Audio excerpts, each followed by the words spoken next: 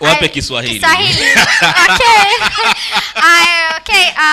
Ningependa kusema ya kwamba ukitaka kufanya jambo ni lazima ujitume, ukianza na wewe mwenyewe kabla ya watu wengine kuamini, kwa sababu ukiamini kwanza wewe ndo mwanzo wa ushindi kabla ya mtu mwingine aamini kwa kile unachotaka kufanya. So wenzangu wa Tanzania, nimejaribu kuongea Kiswahili. I hope that went home. No, hujajaribu. Amezungumza Kiswahili. Ujumbe umefika. Kabisa. Wenzetu wa Tanzania. Yes. Aya, asanteni sana. Asante sana. Thank and you all so the much. best. Makofi you. kwake. Kitakachofuata sasa ni kitu ambacho nimekipenda sana. Mnajua kwa nini? Kuna gumzo sehemu hii ambayo tunaotoka kwamba vijana kutoka sehemu hizi they don't come out. True or false? Kuna mjadala hapa ambao utakaosukumwa na Madam Amina. Nadhani yuko hapa tayari. Amina, karibu sana. Na kwenye plenary session 1 hii this afternoon, the title is on fostering inclusive growth in Pwani area, championing equitable community development, ambayo itakuwa inaendelea hapa. Na Amina Mahmud, karibu sana, tuje tuendelee na mjadala pamoja na wageni wako ambao umekuwa nao siku hii ya leo.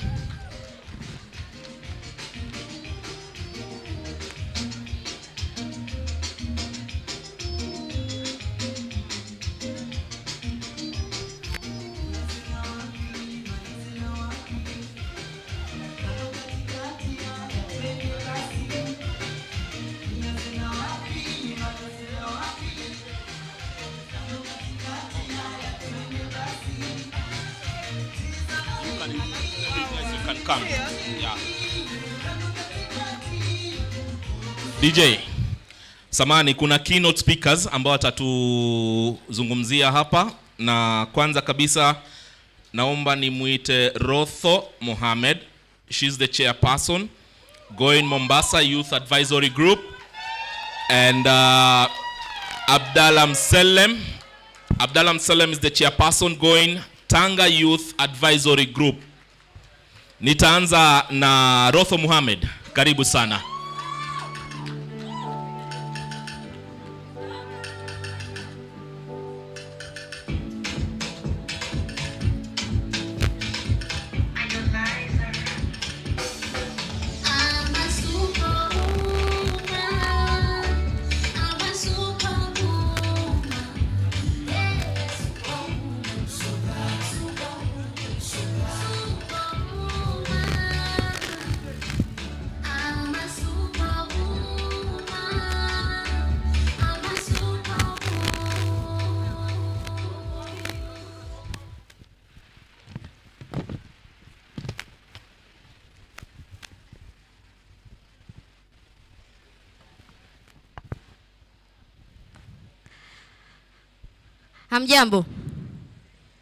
Hamjambo. Vijana Vijana. Mbona mmelala? Comrades power. Comrades power. Comrades power. Comrades power. Asanteni sana. Kwa majina naitwa Rotho Mohamed na ni mwenyekiti ama chairperson ama venye timu yangu wananiita Madam Chair of the Youth Advisory Group Mombasa and also Pwani. We?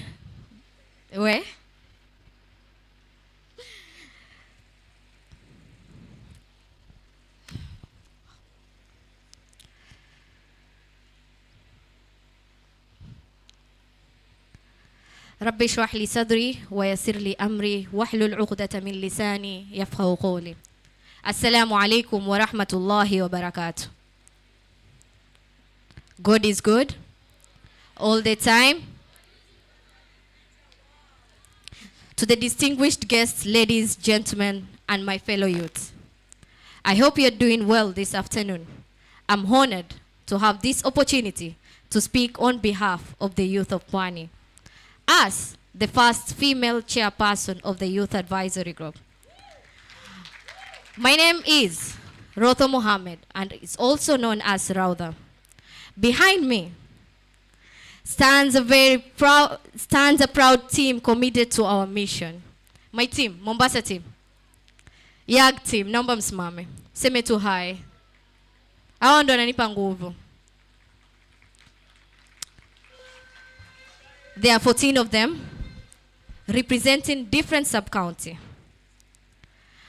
And our main core activity goes from mentorship to advocacy, from co-creating opportunities to also find those opportunities for our youth.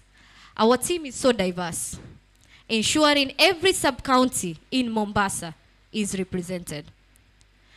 This is one of the hardest tasks. Wow, writing and delivering a speech in only a limited time is something that reminds me of the importance of hard work. If you fail to prepare, then you prepare to do what? To fail. With the kind of trust that my fellow youths have given me, I'm not ready to fail you today. Therefore, if I am able to inform or even influence or inspire even one person from this group, that is an achievement to me. The Pwani Innovation Week. It's not just a week. It's more than a week. It's not just a gathering. It's more than a gathering. It is the celebration of the power that youths possess. The power that arises from belief. When we are given the belief that we deserve, the youth. And I'm standing here so lucky to have GON anchored at Swahili Port Hub and also Tanga Yetu in Tanga. The free space, the partners, and the programs we have are not taken for granted. In this Pwani we desire, such initiatives go a long way in ensuring the light we see at the end of the tunnel is indeed light and not fire. To the government and other stakeholders, we are the majority. We have the biggest number in this country and in East Africa. And numbers, as we all know, has power. Therefore, we have the power that it takes. They tell us we are the future, but I tell you, that future is now, and it's so young. Therefore, I urge you in ensuring that you make us partners and not merely beneficiaries. Iyo mambo na beneficiary, iyo haibambi sasa. Kenye inabamba saizi, it's making us partners. It's making us partners and ensuring that we are on that table. Let me tell you the benefit of having youths as partners, and my fellow youths will agree to this, is look around here. Whatever you see, the beautiful Pwani innovation that you see, the things that you're going to see the whole week, it is made by the youth, for the youth, and to benefit us youth. It's only 2% that is there that is above the youth. So we took ownership and we were creative in making Pwani innovation become Pwani innovation. Therefore, if you make us partners, it fosters creativity. And with creativity, we love creative. We love being creative. It makes us happy. Making your work, the government, the private sector, our parents, teachers, and all that, it makes your work very easy. And another thing, nothing about us. Nothing about us. This is a very, very, very, very good slogan that I always cherish. And it was inspired by the Equity Leadership Program that I was part of. The youth around the globe around the globe, we were represented. We sat down and created something called the Equity Leadership Program that is being run not only in Mombasa, not in Tanga, but also Colombia, Mexico, and other parts of the world. The India, they just finished the Equity Leadership Program. So this is the power of believing in youth. Therefore, make us partners regardless of our mistakes. You know, people fear that we are going to make mistakes. Let us make those mistakes. Let's learn from our mistakes. Amani vipi? Let's learn from them. Let's enjoy from them. They got a chance and learned from them. Because we have all the time that it takes. Very less to lose. So why not make those mistakes? Enjoy making those mistakes. And my fellow youths, as your Madam Chair, I advise myself and also you, the Pwani Innovation Week is here. Let's learn, interact, and enjoy. And most importantly, let's network. And I'll give you the 3 ends of networking. 1, network with a purpose. What is your purpose? What is your values? What is it that you want to get when you complete this week? Have a purpose in mind. Is it a business that you want to have an investor? Is it an idea that you want? Is it, you know, sometimes kuna watu wawili. Kuna wenye hela na kuna wenye mawazo, sio? Wenye hela na wenye idea, si ndio? Sometimes wale wenye hela hawana time ya kuwa na hiyo ideas and all that. Si ndio? But kuna wale ambao wako na idea lakini hawana nini? Hawa watu wawili tukiwaleta pamoja, we are making a very good business, sio? So it's not about even the youth networking, but also the investors that are around, that are in this room today, is kindly network with our youth. And also, my fellow youths, please be open-minded. Be open-minded and notice the opportunities that are around. Be aware and be aware of the opportunities that are available for networking. Is it a speaker that resonates with you? Is it a youth that you feel if you hold his hands or her hands, when they will grow to be, then they will grow to be a better person? Is it a partner, a business partner, or any other partner that you have in mind that can grow you? Then I tell you, be confident, be bold, and remember, opportunities are taken. They are not what? Opportunities are taken. They are not given. Another thing, never stop giving. Never stop giving your time, your resources, your anything that you can give. If you have nothing on the table right now, as they say, scratch my back, I scratch yours. If you want someone to invest in you, start by looking at what is it that you can give to another person. You do. Just know that who is watching? God is watching. Your sacrifice, your action for others may not be recognized by everyone, but the Almighty God sees them. Keep going, keep pushing. One day it will pay off. One day itafanya nini? One day itafanya nini? Asanteni sana. Thank you very much, Madam Chair Lady. Na without wasting time, naomba nimkaribishe ndugu yetu kutoka Tanzania, mji wa Tanga pale, ndugu Abdalla Mselem, ambaye ndiye mwenyekiti wa Going Tanga Youth Advisory Group. Karibu sana. Karibu. Una mic.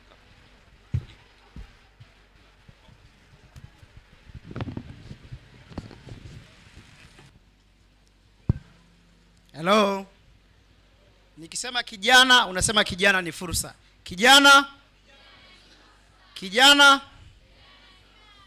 Siwasikii. Kijana? Okay, sawa. Wageni waheshimiwa, ndugu zangu vijana wa Pwani, mabibi na mabwana, itifaki zote zimezingatiwa. Habari za mchana. Jina langu naitwa Abdalla Rashid Mselem. Ni mwenyekiti wa baraza la washauri la GON Tanga. Nimeambatana na baraza la vijana kutoka Tanga. Simameni mpunge mkono.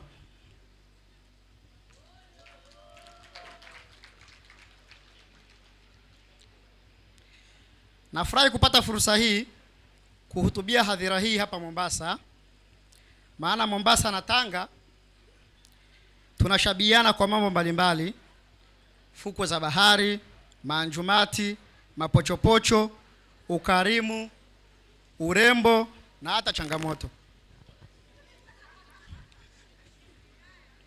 Leo tumekusanyika hapa si kama watu wa kawaida, ila ni kama kizazi cha mapinduzi, kizazi ambacho kitafanya dunia itambue kuwa Pwani inang'ara si kwa sababu ya nguvu. Pwani inang'ara kwa sababu ya nguvu na ubunifu wa vijana wake. Tumekuja hapa sio kama watazamaji wa ndoto, bali kama watengeneza njia za mustakabali wetu wa pamoja. Katika miji yetu kuna ndoto nyingi, ndoto ambazo zimekuwa zikionekana mbali sana. Tumepitia changamoto nyingi, kama kuanzia ukosefu wa ajira hadi kukosa nafasi sawa za maendeleo.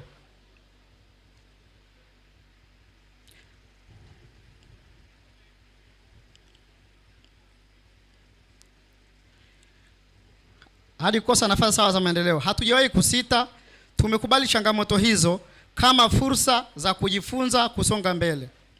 Leo tunatoka kwenye jamii zenye matumaini yaliyofifia na sauti za chini, lakini tunaondoka tukiwa na nguvu mpya na shauku ya kufikia kilele cha mafanikio. Mapambano ya kiuchumi ni yetu. Ni lazima tukamate fursa. Hakuna atakayekuja kutupa ajira au kutuletea fursa za biashara mezani. Ni jukumu letu kuchukua hatua, kutumia vipaji vyetu, ubunifu wetu, na tunasimama kwenye zama za teknolojia, kilimo cha kisasa na ujasiriamali wa kidijitali.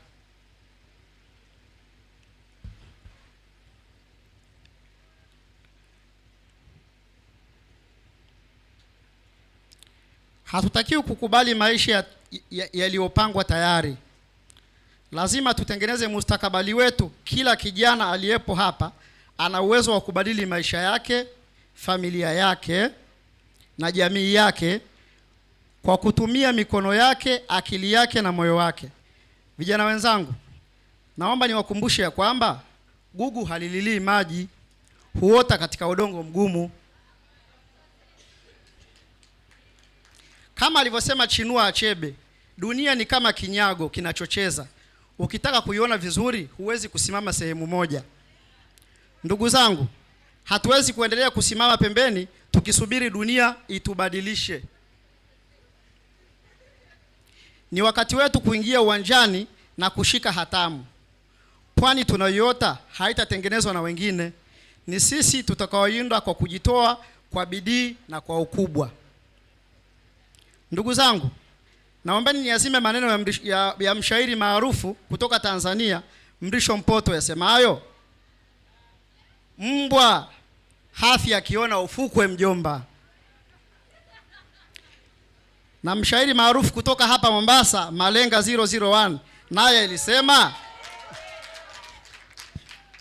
kila giza linapozidi kutanda ndio kunakaribia kupambazuka.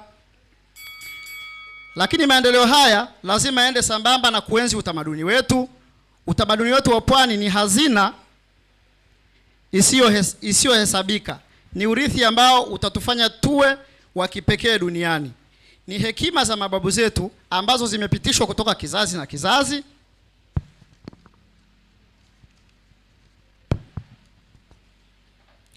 Kutoka kizazi kimoja hadi kingine. Lazima tuzihifadhi mila zetu na desturi zetu. Tuhakikishe zinakuwa sehemu ya mafanikio yetu ya kisasa. Hatutakiwi kuchagua kati ya tamaduni na maendeleo. Tunatakiwa kuviunganisha vyote kwa ustadi. Sisi ni kizazi kipya cha uongozi. Tunatakiwa kuwa mstari wa mbele katika mapambano ya kijamii, tukitetea haki, usawa wa maendeleo ya kila mmoja wetu. Kama vijana, tena tuna nafasi muhimu ya kuleta sauti zetu kwenye meza ya maamuzi. Leo tunahitaji zaidi viongozi ambao si tu wana maono, bali wenye uthubutu. Vijana ambao wapo tayari kusimama na kuongoza kwa mfano.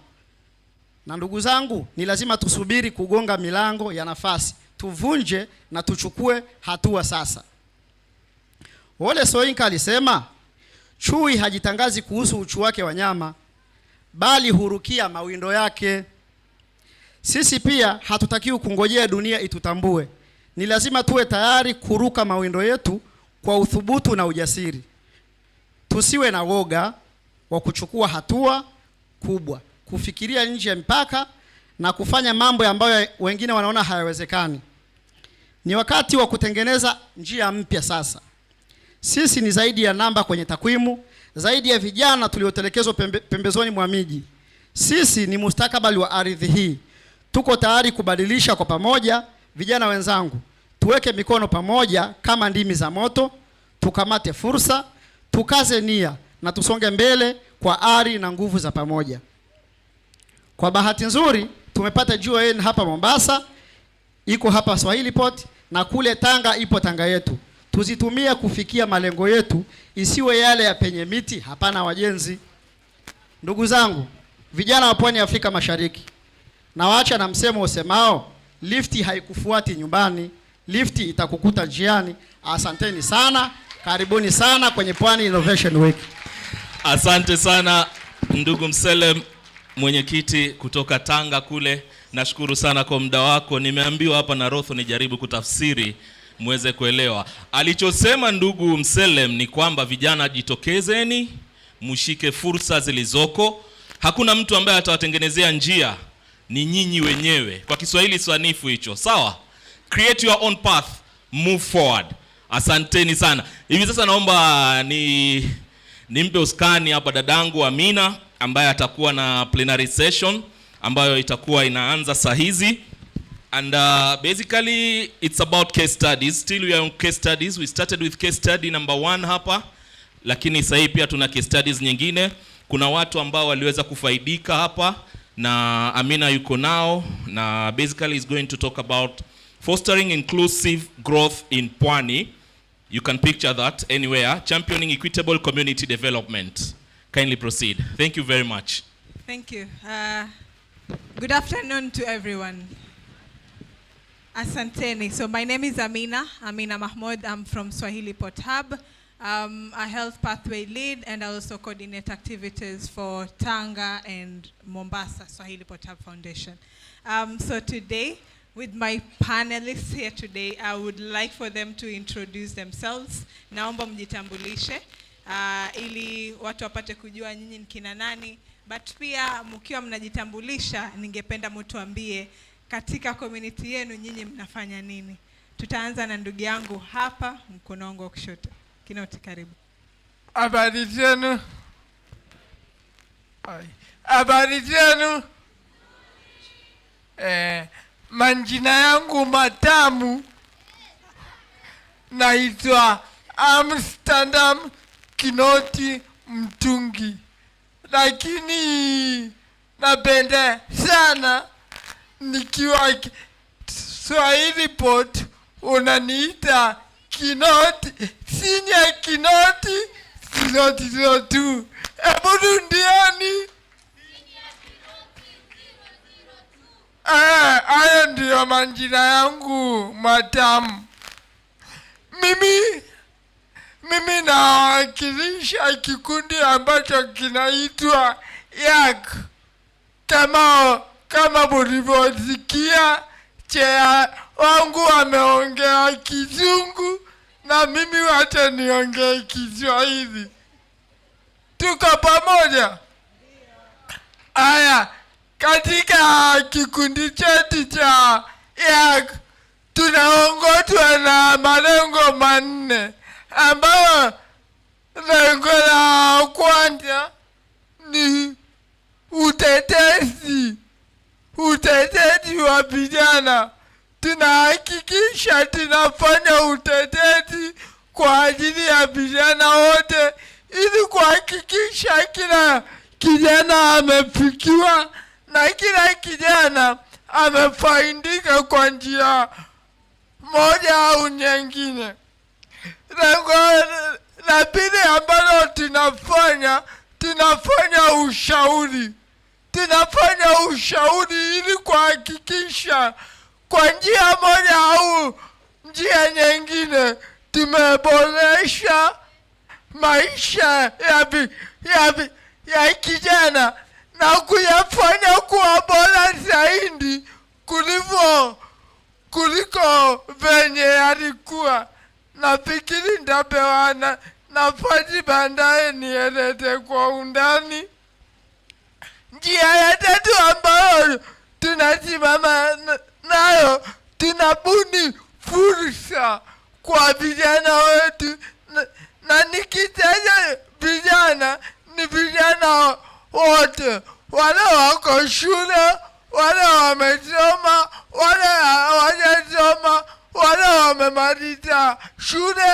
Haya ni mambo ambayo tunashughulikia kwa vijana wote. Nafikiri utanipa fursa nijieleze.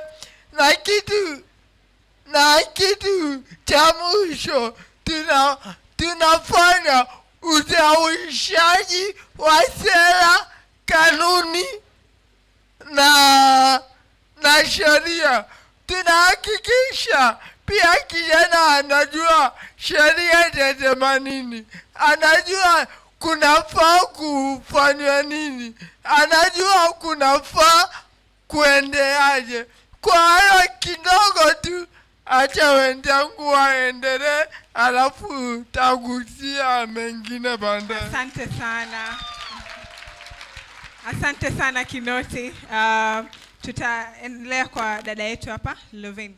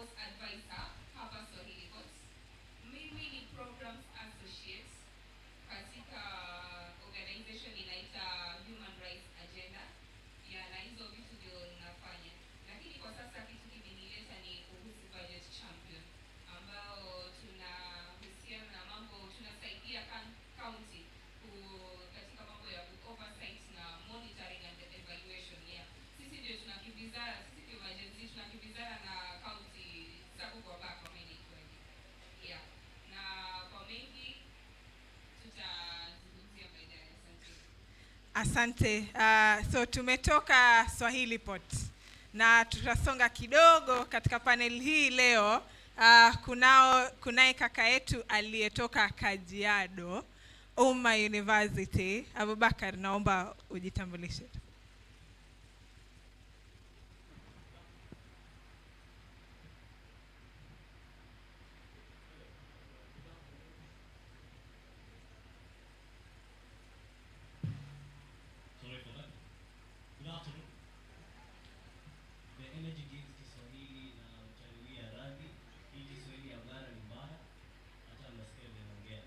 Good afternoon once more. My name is Abubakar, and if I give the existential rights, I will first award myself as the campus ambassador to Swahili Botap from University of Kajiado. I, as Abubakar Ismail, I am also a software developer and a blockchain developer. Among the youth, we have structured an initiative from University. And this initiative focuses on tech-related issues. The initiative, termed as Tech Hub, has helped us to teach more students on tech-related issues and on development on the tech area. And that is what an initiative has done to Kajiado and the local community as a whole. That is all about me. Thank you. Thank you very much, Abubakar. Over to you, Elizabeth, all the way from Tanga. Karibu sana. Please introduce us. Habari ya mchana. Habari ya mchana. naona kama tumechoka sana. Naomba umwambie jirani yako tabasamu kidogo. Asante. Kwa majina yangu naitwa Elizabeth. Nimetokea Tanga, Tanzania. Mimi ni katibu wa jukwaa la vijana wilaya ya Tanga. Naamini tutaelewana tu Kiswahili changu kwa sababu niko hapa kuwakilisha vijana wa Tanga. Nitatumia lugha ya Kiswahili, kwa naomba tutaelewana. Kama hautaelewa baadaye unaweza kunifuata. Lakini pia this year nimepata nafasi ya kuwa Global Swahili Interpreter.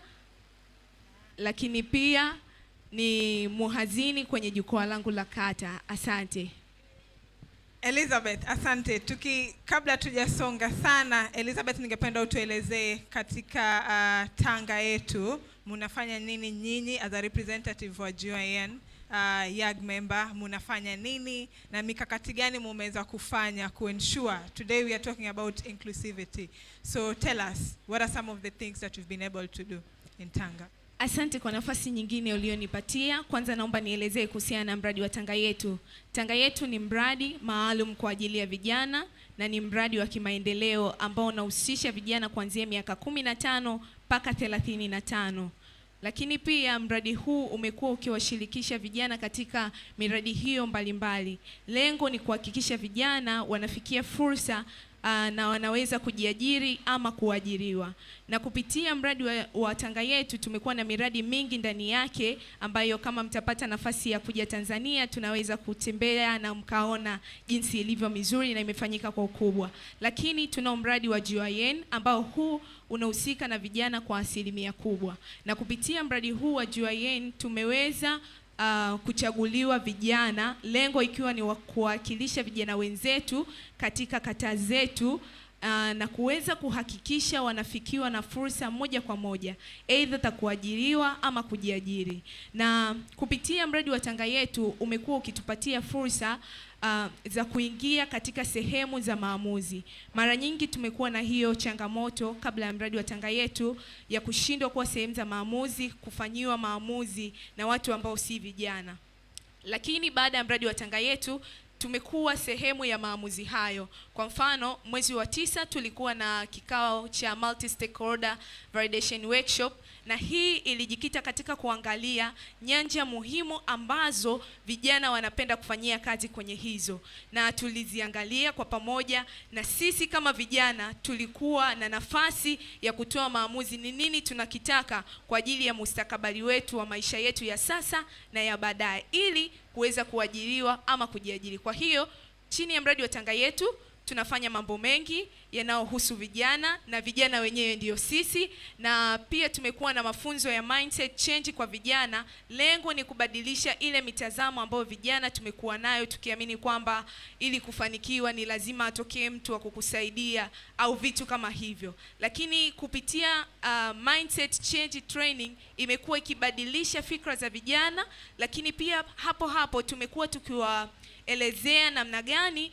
wanaweza kujiwekea akiba kwa ajili ya sasa na ya baadaye, ili kuweza kuanzisha biashara, kwa sababu mafanikio yoyote yanaanza na wewe, na ili uweze kufanikiwa au mtu yoyote aweze kukusapoti ni lazima aone nini umefanya. Kwa hiyo kupitia mafunzo hayo tumekuwa tukihakikisha pia vijana wanajiwekea akiba na wamekuwa wakifika mbali sana. Lakini pia tumekuwa na mafunzo mengine ya ELP, Equity Leadership Program, ambayo tumekuwa tukiyatoa kwenye ngazi za kata. Tuna kitu tunaita Youth Forum, na kwenye hiyo Youth Forum tumehakikisha tunapeleka hayo mafunzo kwa vijana wenzetu ambao ni viongozi, ili kuhakikisha tunatengeneza viongozi walio bora kwenye jamii zetu na wanaojali haki na usawa. Asante. Thank you so much Eliza. Natumai katika audience tumeweza kuelewa, lakini ni vizuri Elizabeth amesema ikiwa haujaelewa alichokisema utamfuata baadaye ili akuelezee zaidi. Asante sana Eliza. Turudi hapa kwa Keynote. Keynote, pengine tuelezee as a youth advisory group and as a representative of the PWDs, what are some of the initiatives tumeweza kufanya ama mmeweza kufanya huko nyanjani na zimeweza kusaidia watu, but ensuring that there is inclusivity that is being engaged? Okay. na kushukuru sana kwa nafasi ambayo umenipa na fursa ambayo umenipa. Naona wenzangu upande ule panelists wenzangu wamegusia mambo ambayo tunayafanya karibu yote, sababu pia sisi ni jamii moja, lakini kwa upesi kabisa na ile Madam Chairperson wetu ambaye amesema Equity Leadership Program. Nejesema ilizaliwa hapa Mombasa. Tupigieni makofi jamani. Tunajivunia ilizaliwa hapa Mombasa, na nashukuru Mungu aliyekuwa chairman wetu mwaka huu ndio anaiongoza. Kwa hivyo ni kitu ambacho tunajivunia kama Young, na pia tunakikuza kama Young. Kwa hivyo nitahimiza vijana wenzangu, umesikia Equity Leadership Program imefika nje. Kwa hivyo kitu kititoke nje kikaenda kufaidi watu wa nje, na sisi hapa ndani hatukifuati. Kwa hivyo hiyo ni ya kwanza ambayo tumeishikilia kumekishua vijana wamefaidika. Kitu nyingine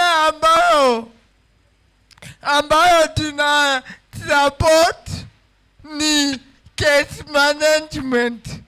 Kusema la ukweli, yaki wa mwaka huu Mombasa wameingia kwa mentorship program.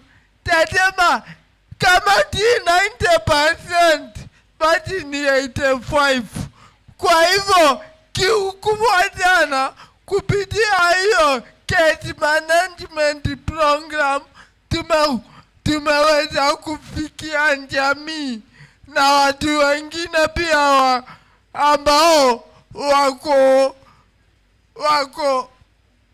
wako watu wengine katika nyanjani. Hayo ndio nitajibu kwa sahi. Shukran. Thank you so much, Keynote. Thank you. A round of applause to him.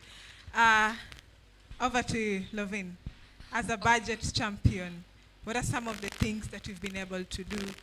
Kwanza tuambie, what are the perceptions za youth kabla hawajaanza kujihusisha kwa budget champion, na hivi sasa kama vile mnavyojiunga, what is the experience that you'd wish to share on that, please?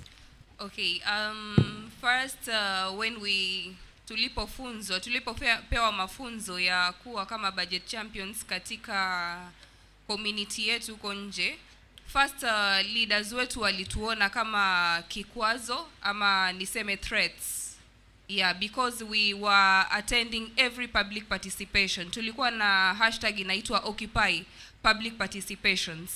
Yeah, ambao tulikuwa tuna attend public participations hapo na tunatoa hoja zetu tukisaidiwa na memorandums ambao tulikuwa tunatengeza, ili tunaandika priorities zetu kwa hizo memorandums na zinaweza kupelekwa, sababu wanasema ati hatuwezi sema tu kwa maneno ya mdomo na kitu ikasikizwa. Kwa hivyo you must put them on paper so that they count, and that is what we are mainly doing as public as budget champions out there. And number 2, as budget champions out there, we ensure that there is inclusivity kwa kila kitu ambacho tunafanya. Mimi ni budget champion na pia ni civic educator pale nje. Kwa activity yote ambayo ninafanya, I ensure that there is fairness in every activity that I hold. Na make sure that watu wote, tribes zote, watu kama tuseme Keynote, tuseme even here in Swahili Port Hub, every department that inahusisha upamoja. Lazima kuwe na youth ndani, lazima kuwe na mtu mzima ndani, lazima kuwe na wasichana na wanaume ambao wanatoshana namba, ya kusiwe na ile kikwazo ya gender balance and something of sort. Na pia lazima PWDs wahusishwe ndani, so that we get an equal ama quorum ama representation from each diversity. And apart from that, we attend public participation, and we also mobilize. Youths out there so that they may know the budget cycle, how it is going. Na wanapewa mafunzo kama Swahili Pot wamepeana mafunzo sasa, nadhani tuko cohort ya 4. Wanazidi kupewa mafunzo kuhusiana na budget championing, so that wapate hata tukiargue kule nje na leaders wetu, we argue in the point of knowing, not in the point of gossip, rumors and something of sort. Hizo ndio vitu tunafanya. Na vitu pia tunafanya ni we make sure that we amplify the voice of youths out there. Mimi nikiongea, mimi nikinakili kile kitu kwenye karatasi na nipeleke kwa wakubwa wetu ili waende wazipitishe bungeni, hiyo nimetoa hoja za youths ambao wako chini yangu, ambao hawana ile uwezo ama hawana ile confidence ya kusimama kuongea, sababu there is that kuna ile notion ya kufia kuongea mbele ya watu, ama you fear being pinpointed. That ukisema kitu kibaya ama kitu ambayo inaleta threat kwa leaders wetu, unakuwa pinpointed, and maybe unaweza fatwa, ambao sisi kama budget champions pia tumefatwa, tukaambiwa hey, punguza speed yako unaenda nayo, ama stop whatever you are doing, or yani threats of sorts. So it's really hard out there, but now as we are going on, leaders are embracing whatever it is because of the Gen Z movement venye walitokea barabarani. It's a fearless, it's a leaderless, it's a tribeless movement. So wamekuwa like, they know that youths know whatever they are dealing with.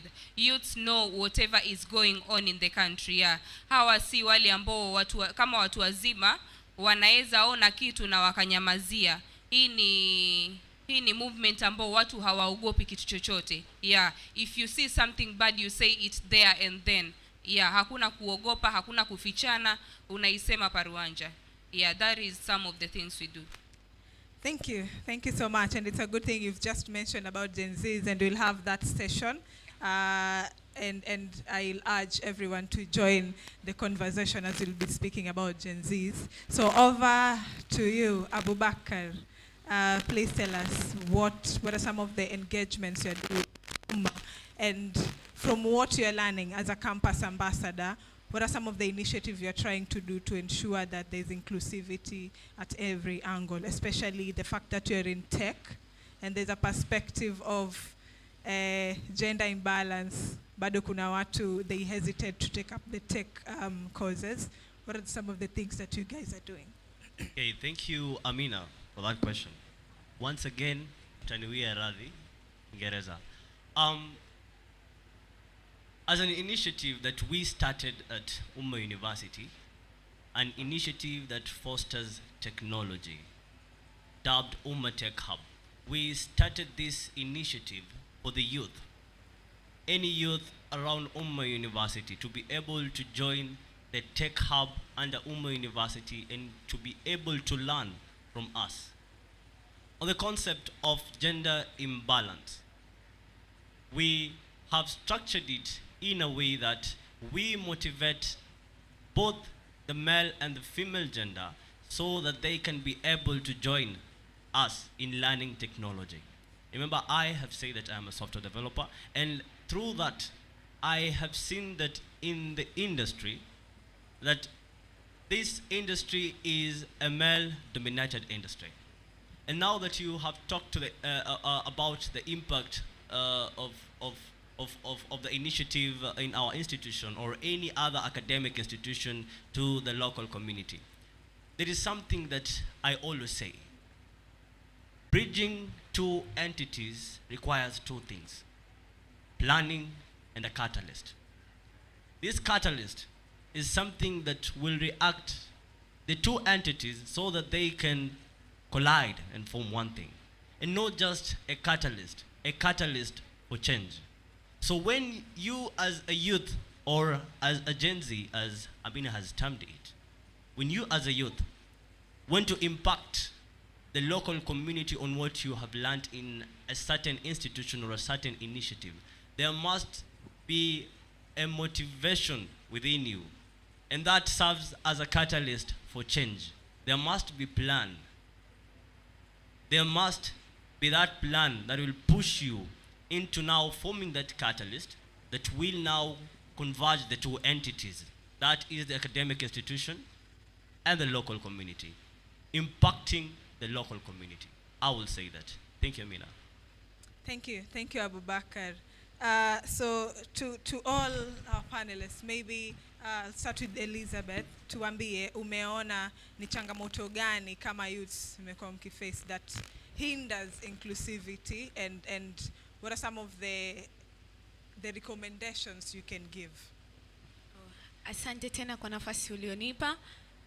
Kwa upande wetu nahisi nilipata nafasi ya kuongea na wenzetu wa Mombasa na nikaona kwamba changamoto ambazo sisi tumekuwa tukipitia kama Tanga na huku ni sawa. Kwa hiyo nikagundua kweli sisi wote tuko ukanda mmoja wa Pwani, na sisi tumekuwa pamoja na mradi wa Tanga yetu kutufanya kuwa sehemu ya maamuzi, lakini pia bado kwa upande wa serikali na pande zingine tumekuwa tukikosa ushiriki, na hivyo kufanya wakati mwingine kufanyiwa maamuzi ambayo si sahihi kwetu, kwa sababu sisi kama vijana tunaongea lugha moja ambayo tunaweza kuelewana, lakini kama mzee hawezi kuongea kwa niaba yetu sisi vijana kwa sababu hatuelewani. Kwa hiyo ni changamoto ambayo tumekuwa tukipitia ya kufanyiwa maamuzi, kukosa kuwa sehemu ya maamuzi. Lakini pia changamoto nyingine ni kutokana na mifumo yetu ambayo tuko nayo. Wakati mwingine vijana wanaenda kuomba kazi na wanatakiwa kuwa na uzoefu wa miaka 3, 4, 5. Wakati amemaliza chuo anakuja kuomba kufanya kazi hapo ili aweze kupata uzoefu, anakosa. Kwa hiyo wakati mwingine tumekuwa tukipitia hizo changamoto, lakini kupitia mradi wa Tanga yetu umekuja kuleta suluhu, na sasa hivi at least tumeanza kuingia kwenye hizo ngazi za maamuzi. Na mwaka huu tumewaambia serikali wajipange, kwa sababu vijana tumeamua kuingia kwenye serikali, na timu yangu niliyoongozana nayo tuko na watu 4 ambao mwaka huu watagombea uongozi. Naomba wapunge mkono hivi. Yes. Kwa hiyo hii ni namna mojawapo ambayo tunaionyesha kwamba tumeamua kuingia ili kuweza kushirikishwa.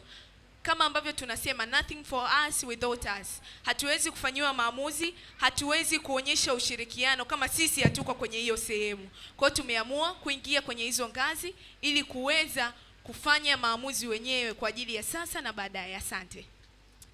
Asante. Wow, that's really nice. When you talk about action, here is what you're seeing.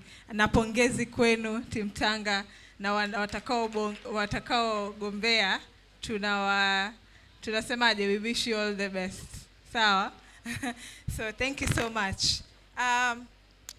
Keynote and Lovin, maybe mtuambie ni ushauri gani mngetupa, manake most of the time tumekuwa tukicomplain, bado kuna baadhi ya vijana ambao wanaona hawajahusishwa, bado wameachwa nyuma, bado opportunities zinawapita, bado wanasema lazima uwe unajua mtu ili uweze kupata kazi. Sijui nyenye mnasemaje? Keynote.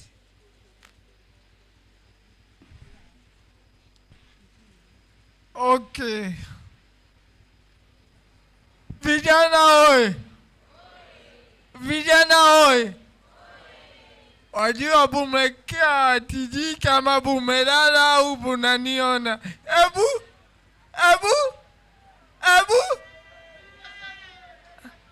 Oh! Ni sawa. Mimi kwa maneno machache naona titawaambia maneno mageni, lakini nitainsist yenye yamesemwa tu. Niki nikianza na chairperson wangu na chairperson wa Tanga na wote tunasema vijana ni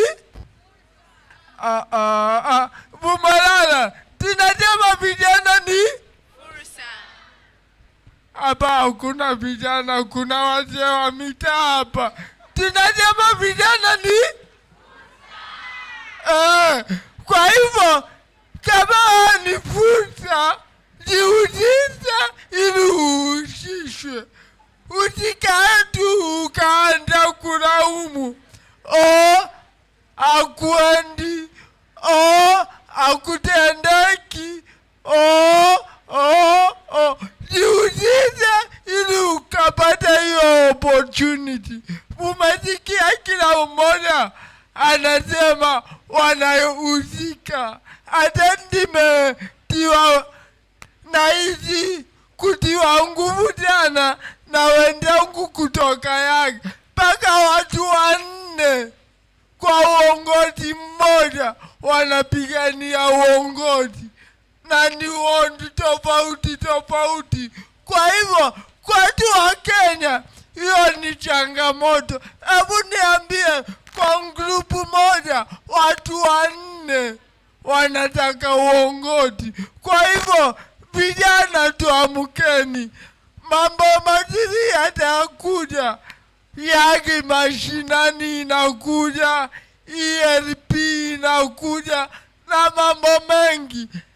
Hata menta wetu anajaribu pia kuleta mambo mengi Swahili Pot ili hakikisha wa kijana umeamuka. Kwa hivyo vijana wote tukachangie kwa kila jambo na kila kitu ili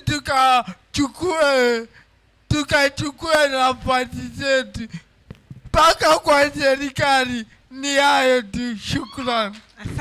Asante sana Keynote. Lovin. Asante sana kwa nafasi hii. So the challenges that we as budget champions face out there. Ya kwanza ni kuwa threat kwa leaders wetu. We find that leaders hawana ile goodwill kuhusiana na mambo ya vijana.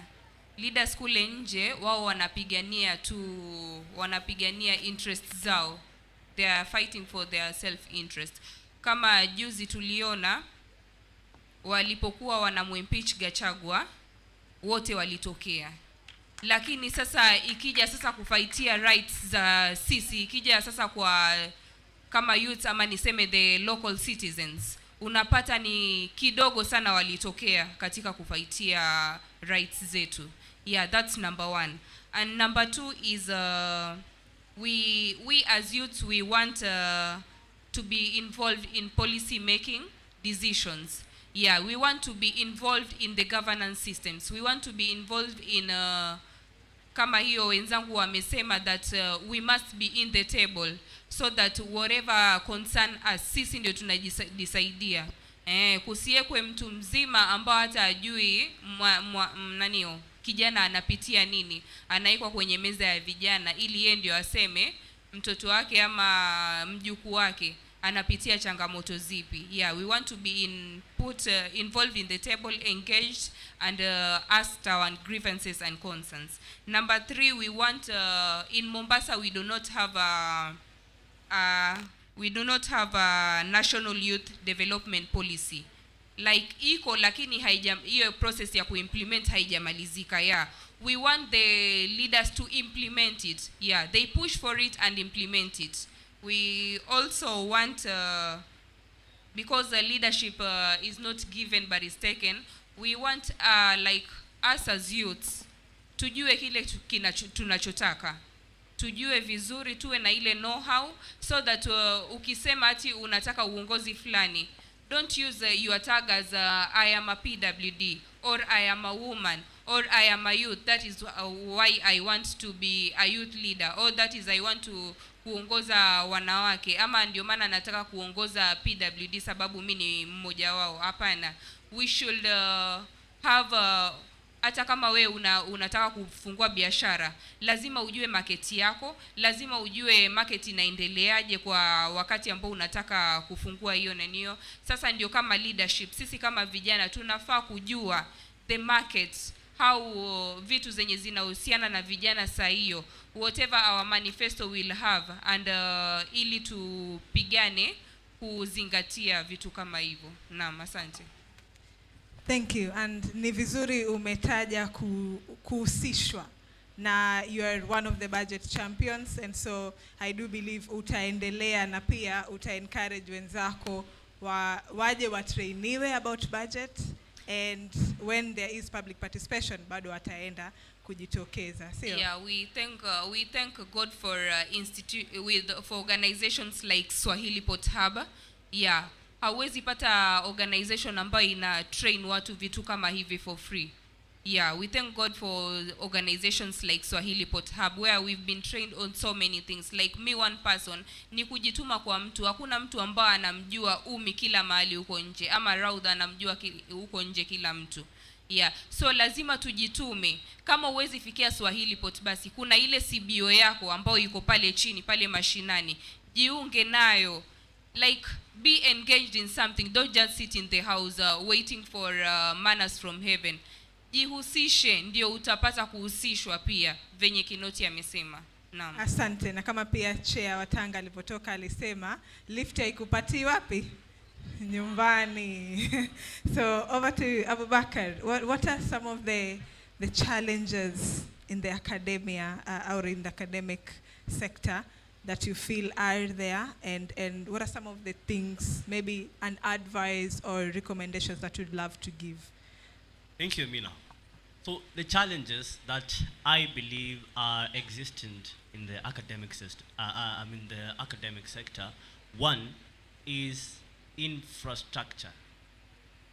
One problem that many institutions suffer a lot is lack of infrastructure. You go visit schools in the rural areas, and not alone the rural areas. We also have institutions in the urban areas. They have poor or close to poor infrastructure. Their infrastructure is not manageable by the school, it's not suitable by the students, and it's not teachable by the teachers. That is one problem the academic institutions face.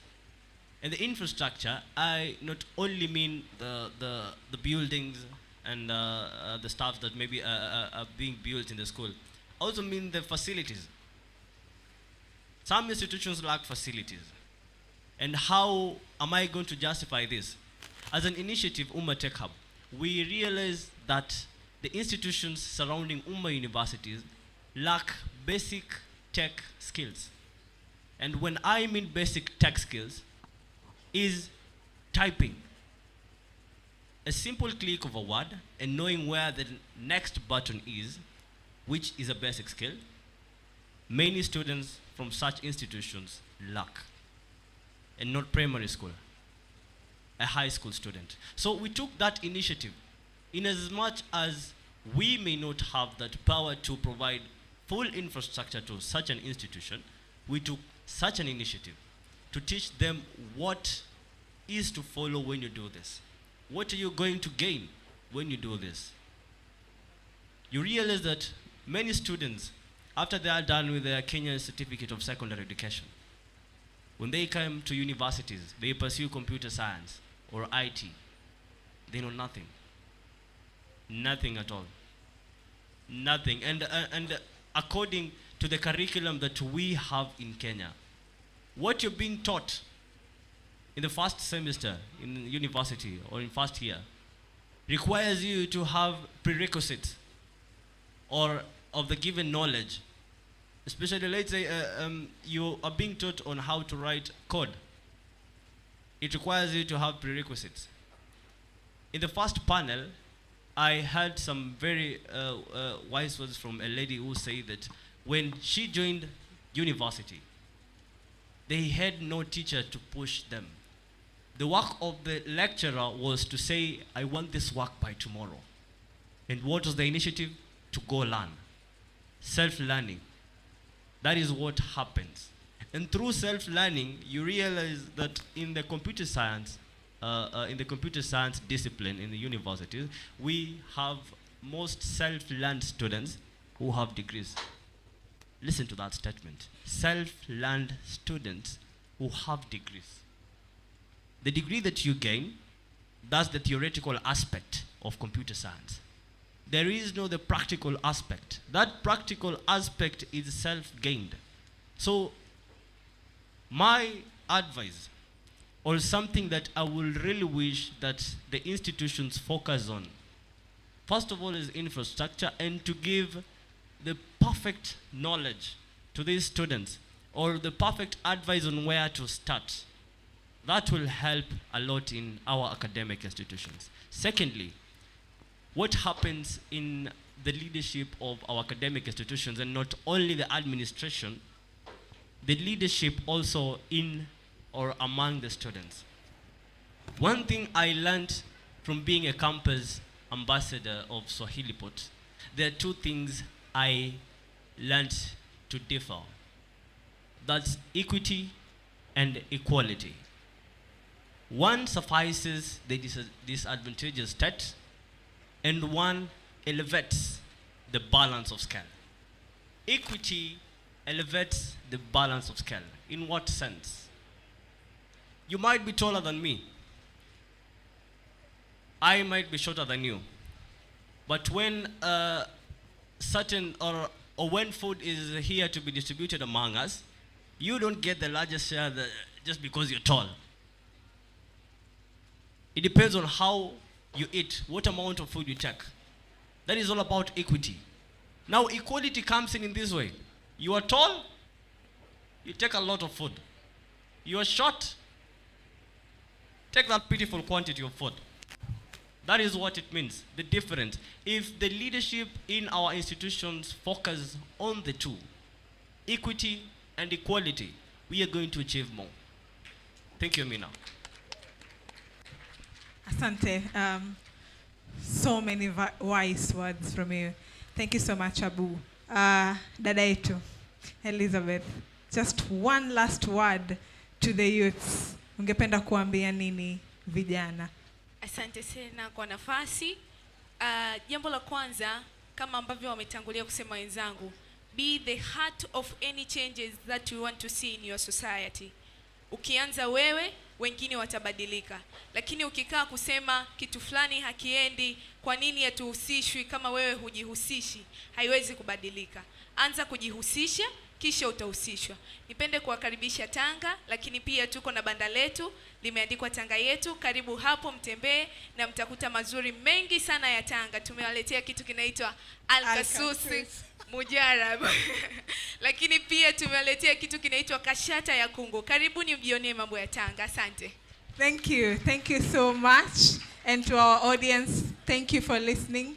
But maybe just for this few minutes, if there's any question, any burning question, one, if you may. Just I'll take one. Oh, there's a question.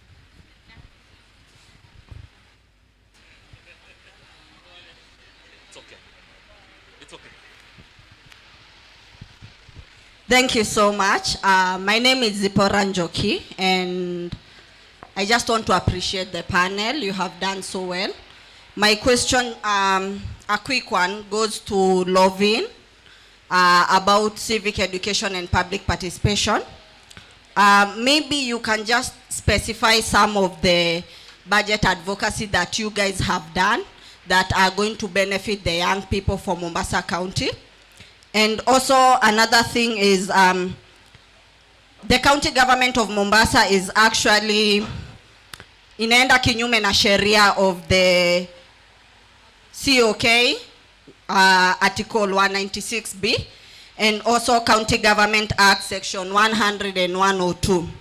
This means that for example, si kesho kutwa we have public participation, and for that public participation tunapitisha 4 documents. What are you as county, as budget champions doing in terms of calling for accountability on what the county government is doing towards wao kupitisha some of these sharias, as well as kitu muhimu kabisa yenye naweza taka kujua from you is what budget advocacy have you done yenye itatu benefit sisi kama vijana in Mombasa County for the next 3 years. Thank you. Wow. Thank you for that question. What we mainly do, we can't do as much, but what we mainly do is to attend these public participations. Attend this public participation as a youth. Make sure that your voice is heard out there. And you just don't voice out your matters like that. They will not take it seriously. You must put it on a paper. That is why we have the memorandums. In Swahili Pot, you are being taught how to write the memorandums. You're taught the budget cycle, how it is. You're taught the budget documents that contains it until the financial bill. Unafundishwa hizo zote mpaka kuandika hiyo memorandum. Yeah, that is what we do. And we, as budget champions, we present the memorandums. But you find that kuna watu ambao wameekwa kwenye public participation, hata mkienda, they do not want to accept the memorandums first. And number 2, kama mnaongea wakiona mnaongea sana ama mnaingia ndani sana, yeah, unapata unazimiwa mic ama mnaambiwa hata time imeisha, meeting inaishia hapo. But we as budget champions, we talk, because hatuendi mtu mmoja. Hauendi mtu mmoja na unapata kikosi kizima cha kina Malenga, cha kina nani, mtu mmoja kikatazwa mpaka pale umefikia, mwingine anachukua usukani na hapo. So we get that tukisimama sote, inapata zile points zote zenye tulikuwa tunasema lazima tuzisikike kivyo vyote vile. Naam, that is how we do our thing out there. Karibu sana. And about the kuleta documents mingi at once, we also had that one challenge. They brought 4 bills at once to be reviewed, na ilikuwa inaanza from saa 3 mpaka saa 6. Na obvious unajua county haiji kwa meeting hiyo saa ambao wameandika kwenye karatasi. Wanakuja saa 4 na meeting inaisha tuseme hiyo saa 6 basi. I say that we don't have much because hatuwezi fanya kitu other than just amplifying whatever the youth wants. Whatever imeandikwa hapo kwa paper, and we follow up. We don't just give the memorandums alafu tunaziacha hapo. We follow up. Tunaenda kwa maofisi za government, tunaenda kwenye Senate pia, tunaenda kwenye hata hapa county wakiwa na nini huwa wanatuhusisha, they engage us because they know. Hata ukienda kwa public participation wakiniona watasema tu yule pale Swahili Pot. Swahili Pot washaanza kuja, ndio hao hapo. Yeah, tunajulikana. Team Likoni iko na yao, team Changamwe iko na yao, team Nyali hivyo hivyo. Ukionekana tu anajua tu ndio hao Swahili Pot wamekuja, meeting tayari ishaanza kuchacha. Naam, that is what we do. And one day I know that it will make sense. Mombasa itainuka tena tunavyotaka. Asante. Okay. Ningependa kuongezea hapo ndandangu ameachia. Kitu ambacho utagundua sahi, hizo document tunashukuru Mungu ya last time ilitoka 3 days before. Hiyo kwetu ilikuwa achievement kubwa, sababu mara nyingi ilikuwa watumiwa document saa 4 usiku, ina page 300, utaisoma saa ngapi na kesho ni public participation. Lakini kupitia zile push ambazo tumekuwa nazo, siku hizi utagundua twatumiwa document mapema. Alafu pia hiyo kuandika memorandum na kufuatilia inatusaidia. Hatukai tu tukaongoja watulete. Hata nakumbuka ya mwisho tuliambiwa hatukuji na mapendekezo yetu. Pendekezo nini kwanza, alafu tukaangalia. Hiyo ni achievement kubwa katika Mombasa County. Hayo ni mambo ambayo tumeachieve. Na pia kuna yale tunasikizwa. Wanajua huyu mtu ni wa Swahili Pot na hatuendi kupigana. Tunaenda kukaa tuongee kama watu wazima. Hayo ndio mambo ambayo tunajaribu kuyafanya kule mtaani. Na hayo mwenzangu ameongea. Shukrani. Thank you very much, and thank you to my panelists and to the audience. Thank you so much for listening, and have a good day. I was your moderator, Amina Mahmood. Thank you very much, Amina Mahmood and the team. We really appreciate. One thing about this team that I like is the fact that it's well balanced. There are 3 women here, meaning that wapige picha. Hawajapigwa picha. Women power. I support that. Na pia tuko na Keynote hapa ambaye pia nafikiri represent people living with disability. True or false? Asanteni sana.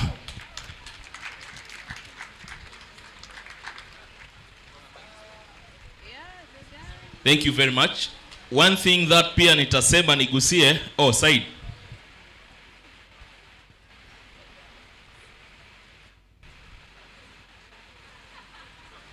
Kitu kimoja kimejitokeza kwenye hii timu ni kwamba wanatusisitiza kwamba vijana tokeni. Fursa zipo. Kweli urongo? Kama hawa wenzetu kutoka Tanzania hapa, nadhani kuna watu 4 wanagombania nafasi za uongozi kule, maana uchaguzi uko karibu. Kenya pia inawezekana. Kweli jamaa? You can. Maana if you come out, just go and vie for any opportunity. And since we have majority, the Gen Z are leading, nadhani kitu inawezekana. Mimi kutoka kwangu sina la ziada, asanteni sana. Nadhani sasa nimpishe ndugu yangu Maina aje achukue uskani na tuendelee na kikao. Maina, karibu sana. Na asante sana. Wacha tukuachilie ndio uweze kutusomea zile nini? Habari za saa ngapi? Za dhuhuri. Wewe ndio wazijua. Sasa mpigeni makofi tafadhali.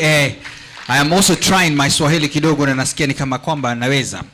There are some people we don't appreciate. Hao watu wa sign language. Hebu wapigeni makofi tuone. Sasa nyinyi hamjui unafaa kufanya hivyo. Sasa wewe angalia wengine sijui. By the way, let me just check because we appreciating everybody here. Nani anajua kusema it's time for another exciting session in sign language? Na si wale wako pale. Nani anaweza sema hivyo? Nani anaweza? Kama ni wewe simama, njoo hapa. It's time for another exciting session. Nani huyo? Nani wewe? Ala? Hebu njoo. Haya. Wapi makofi tafadhali. Wewe kuja kule juu kule. Pale. Sasa nitajuaje? Lakini acha tuendelee. Njoo. Ladies and gentlemen, we're about to have a great session here. So it's time for another exciting session.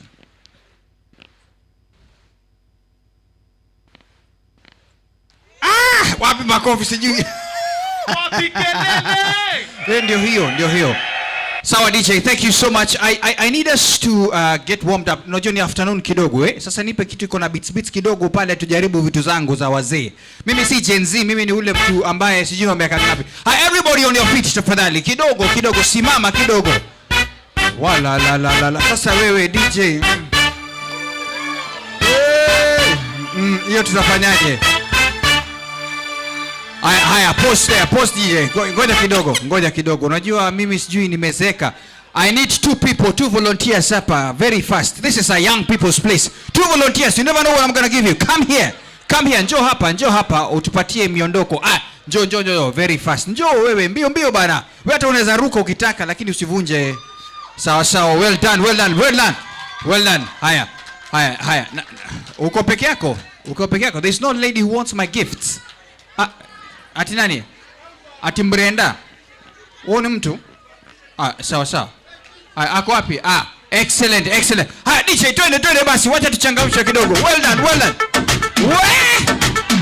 Wewe fuata tu. Kuja upati DJ hebu weka track. Sasa huyo. Kule happy halafu tufungue. Twende bana, tuonyeshe. Sababu ya bamba inashika ulati sign. DJ ngoja kidogo. Hizi style ni za wezi. Unajua sijui ni kama unazingatia. Hakuna kitu tunaweza fuata angalau. Hizo ni gani hizo? Sijui ni kama unaangalia kama kuna fence. Haya basi, twende basi DJ, atatuonyesha basi. Twende. Wewe jaribu tu. Wewe hapana. Ngoja kidogo. Haya. This is called manpower. Wacha tuone. Kuja utusaidie. Labda huyu usiende mbali. But you have tried bana. Khalidi, watu wa Tanga. Tumwekee bongo. Anasema hizo hajui ni nini. Kwani wewe ni Gen Z? Huyu ni wa Tanga. Haya, mwekee Atanga basi. Wacha tutangatange kidogo. Haya, ngoja usiende. Kwa sababu huyu namuogopa, unajua ametuonyesha kama. Haya basi, twende basi. Haya basi, twende basi.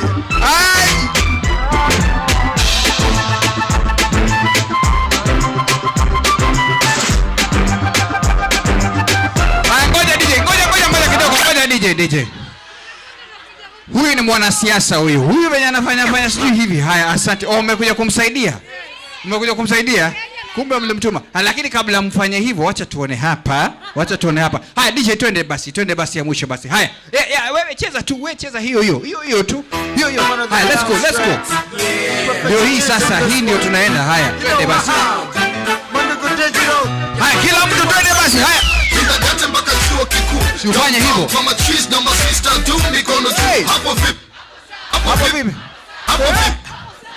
Haya, twende basi. Kanda ya ziwa kaskazini mpaka east super coming through. Hapo vipi? Hapo kat chembe kidevu lazima ukae na chana zaidi ya wembe kama mwerevu usinishangae. Misi kiongozi napigania kombozi na kama kooni zaidi ya jinamizi kwenye njozi. Nasaka haki sio kilio cha samaki, machozi kwenda na maji, kipaji sio bahati. Akili yangu sio watu majaribio. Yangu linaongeza faraja kwenye video. Nafikiri nifike sisemi tu ni. Thank you so much. Watu makofia, asanteni sana. Ngoja nije usiturudishe. Asante. Ladies and gentlemen, this is the final session. We need to be prepared for it, and it's a very powerful one, session 2, ambayo sasa tunataka kuongea the power of storytelling. Sawa. Let me tell you one thing. If there's one thing you must learn is how to tell your story. Sawa. Hata ukienda interview, they ask you, tell us about you. It's about your story. Ulisomea wapi, ulifanya nini, everything else like that. So lazima tujitayarishe ndio tuweze kupata the power of storytelling, innovating for social change and global peace. Mambo ambayo tunataka kusikiza sana sasa. I want us to put our hands together for Isaac Jumba, founder of Mideva Labs. Makofi kwake tafadhali. Lakini akija pia, kabla tufanye hivyo, can we hear one testimonial of an innovative showcase? So appreciate with a round of applause Dennis Mutisu, Clowns wa Mombasa. Ako wapi Dennis? Bwana, makofi tafadhali kwa Dennis.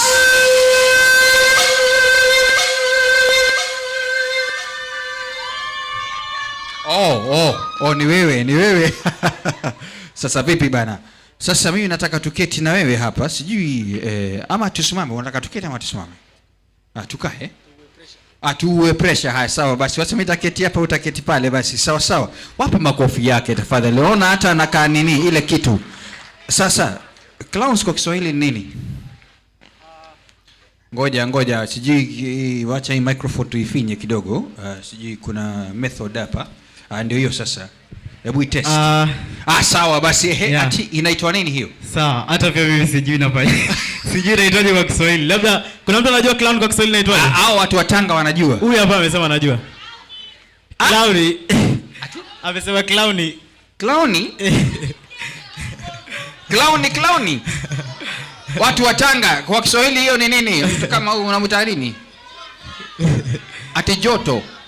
Joka. Kinyago. Samahani basi kinyago basi. Shukran bana. Sasa wewe hebu tueleze basi mambo ya clowns wa Mombasa mlianza vipi hivi, kunaendeleaje? So like nilianza kwa clown kwa event. At first nilikuwa najua nafanya nini. Mimi ni theater actor. So mtu akikwambia can you do this role, au mwambie no I can't, unamwambia yes I can, hata kama ujui you will figure out baadaye, juu hizi ni pesa tunaongelelea. So I was like yes I can. So nikafanya hiyo character ikatoka perfect. So watoto ndo walifanya nikajua naweza fanya kitu, juu we were doing it at Vipingo Ridge.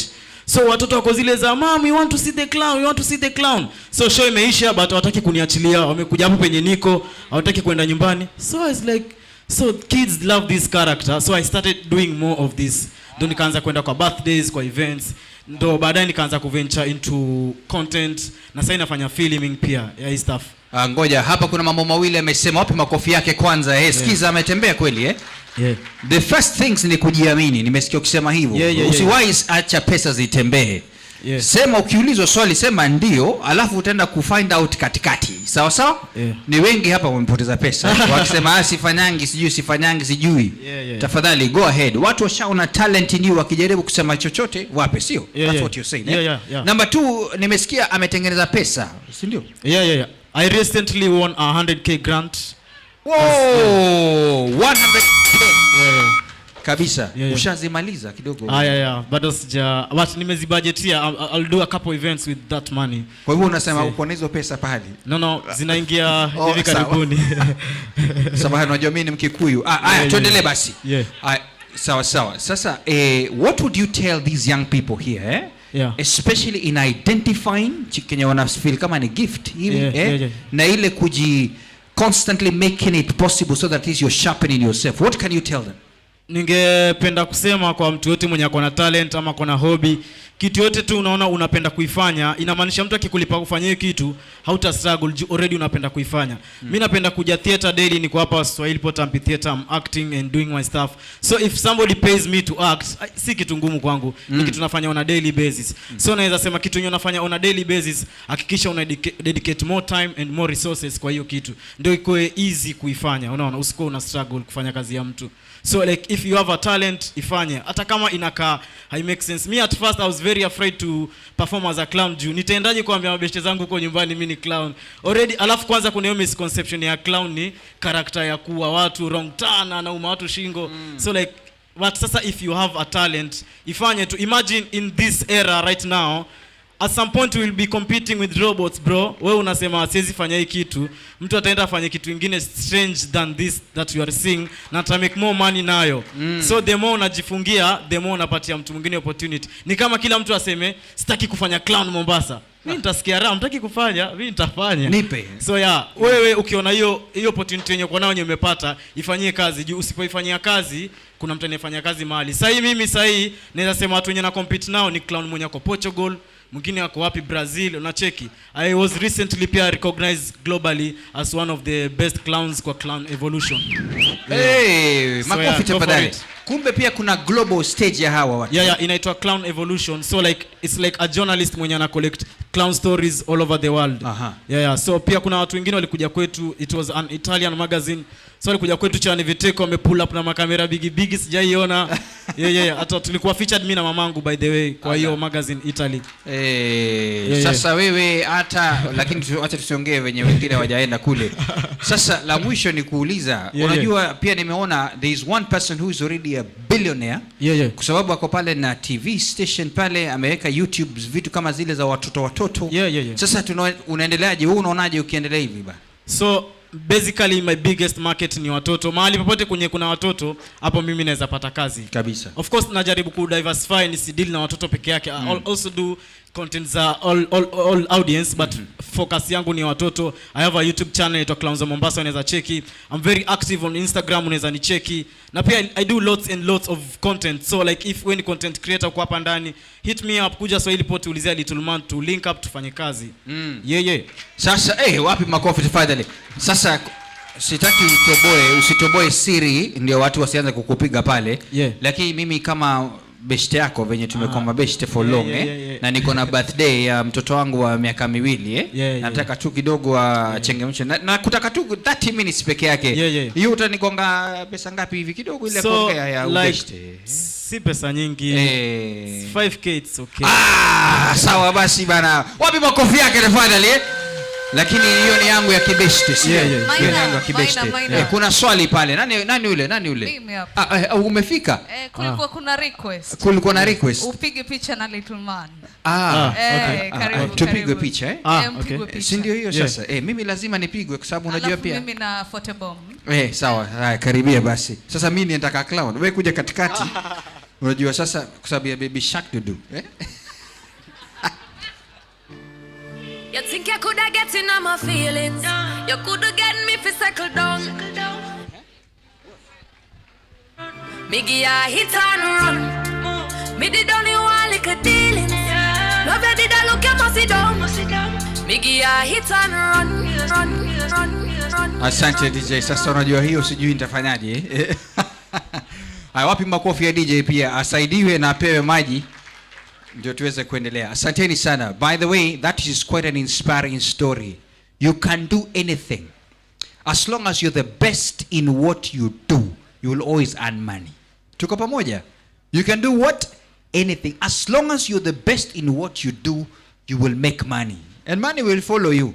Unaona huyu jamaa venye anakaa hivi unasikia tu in 15 minutes anataka 5k. Hebu hesabu kama 15 minutes wewe how much money do you make in 15 minutes?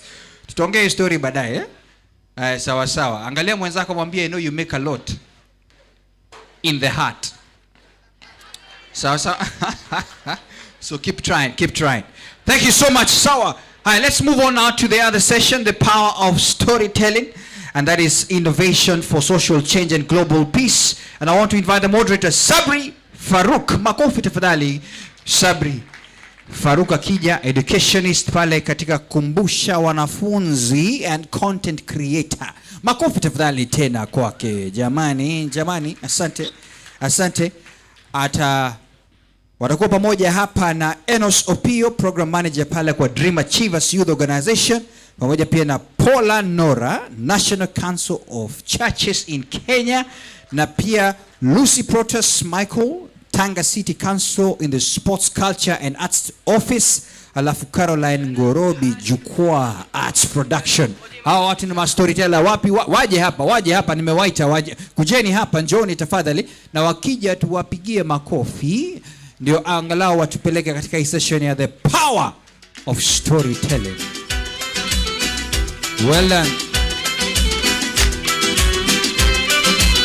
Aya, ngoja ukifika kwa red carpet huwezi keti hivi, unaingia kwa video, kwa miondoko yenye umepewa. Haya, njoo basi. Haya, miondoko tu, wewe ondoka tu. Wewe enda tu. Asante, karibu. Ndio hiyo miondoko. Haya, sawa, shukrani. Wale wengine wako wapi kwani? Nimeita watu wengi sana, sijui ama nirudie. Haya, sijui Enos amefika. Anaangalia tu kama Enos ndio hawa. DJ tayarisha DJ tayarisha. Ngoja umekanyaga, ngoja DJ, ngoja. Tumesema mtu akikanyaga red carpet anaingia kwa miondoko. Kwa sababu there is a lot of we want to try and see storytelling. How would you tell your story from there to wherever you're going to sit? Haya, DJ twende basi. Haya sawa. Ni yako sasa, twende basi. Unataka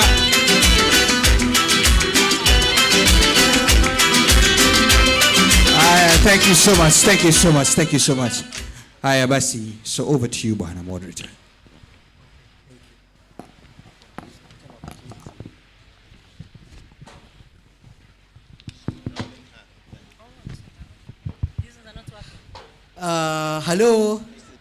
Hello. Good afternoon, everyone. My name is Sabri Farouk. I'm from Kumbusha Mwanafunzi Education Consultancy.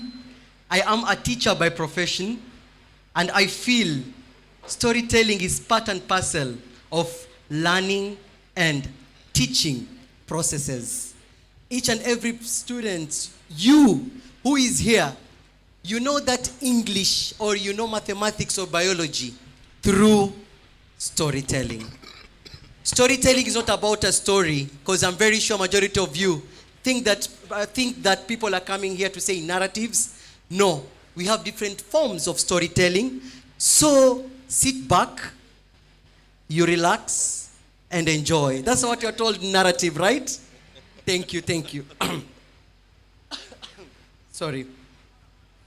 Before we continue in the main activity of today, it will be a norm for us to know each and every amazing person who is seated on my right. Yeah, okay, you are concentrating.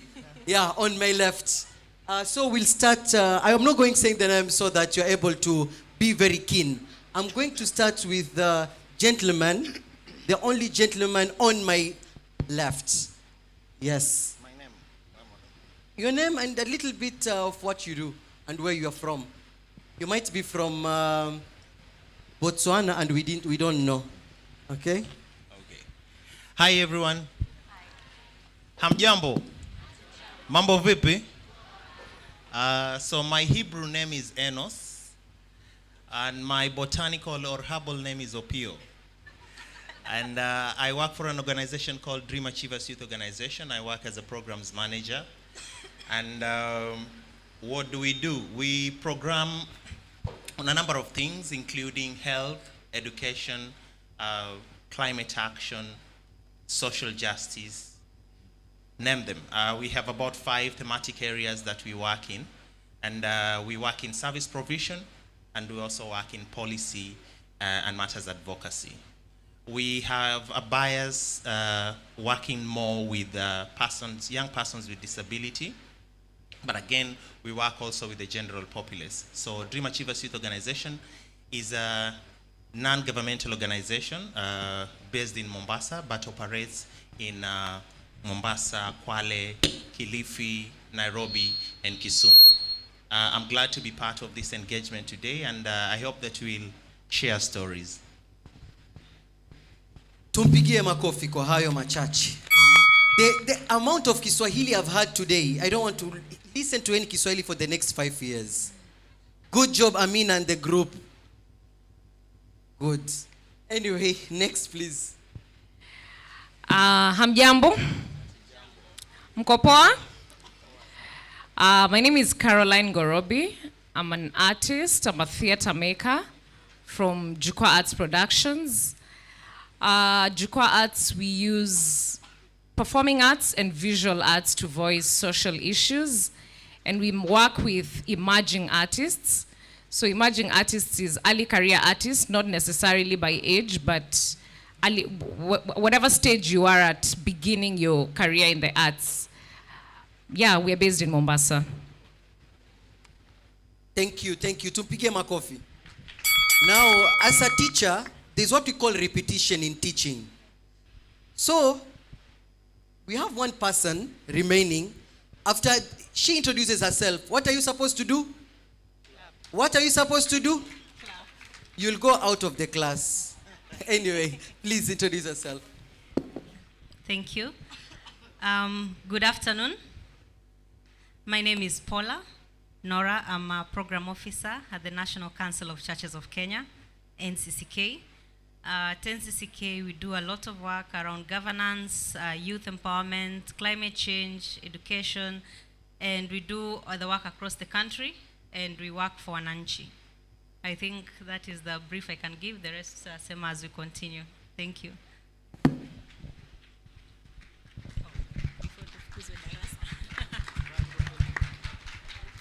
We are no longer in 844. We are in CBC. And in CBC, if you do the right thing, you have exceeded. You have exceeded. Okay. We need to climatize the topic today. The topic today is the power of storytelling, innovating for change, and global peace. Why are we here? Why are we talking about storytelling? Why are we supposed to be innovative through storytelling? We're looking to underscore and highlight various forms of storytelling through the different works our amazing people are doing.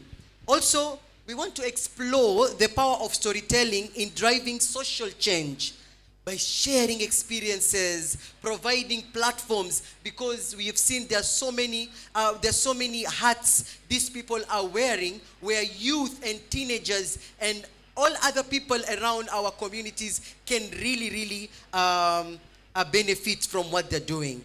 The first question I would love to ask Madam Caroline. Madam Caroline, sorry, I'll have to call you Madam because this is what we call one another in staff room. Okay? There was a time I went somewhere and I called somebody Madam. That person was very mad. She was like, I am not a teacher, don't call me Madam. And the person is looking at me. I don't want to say the name.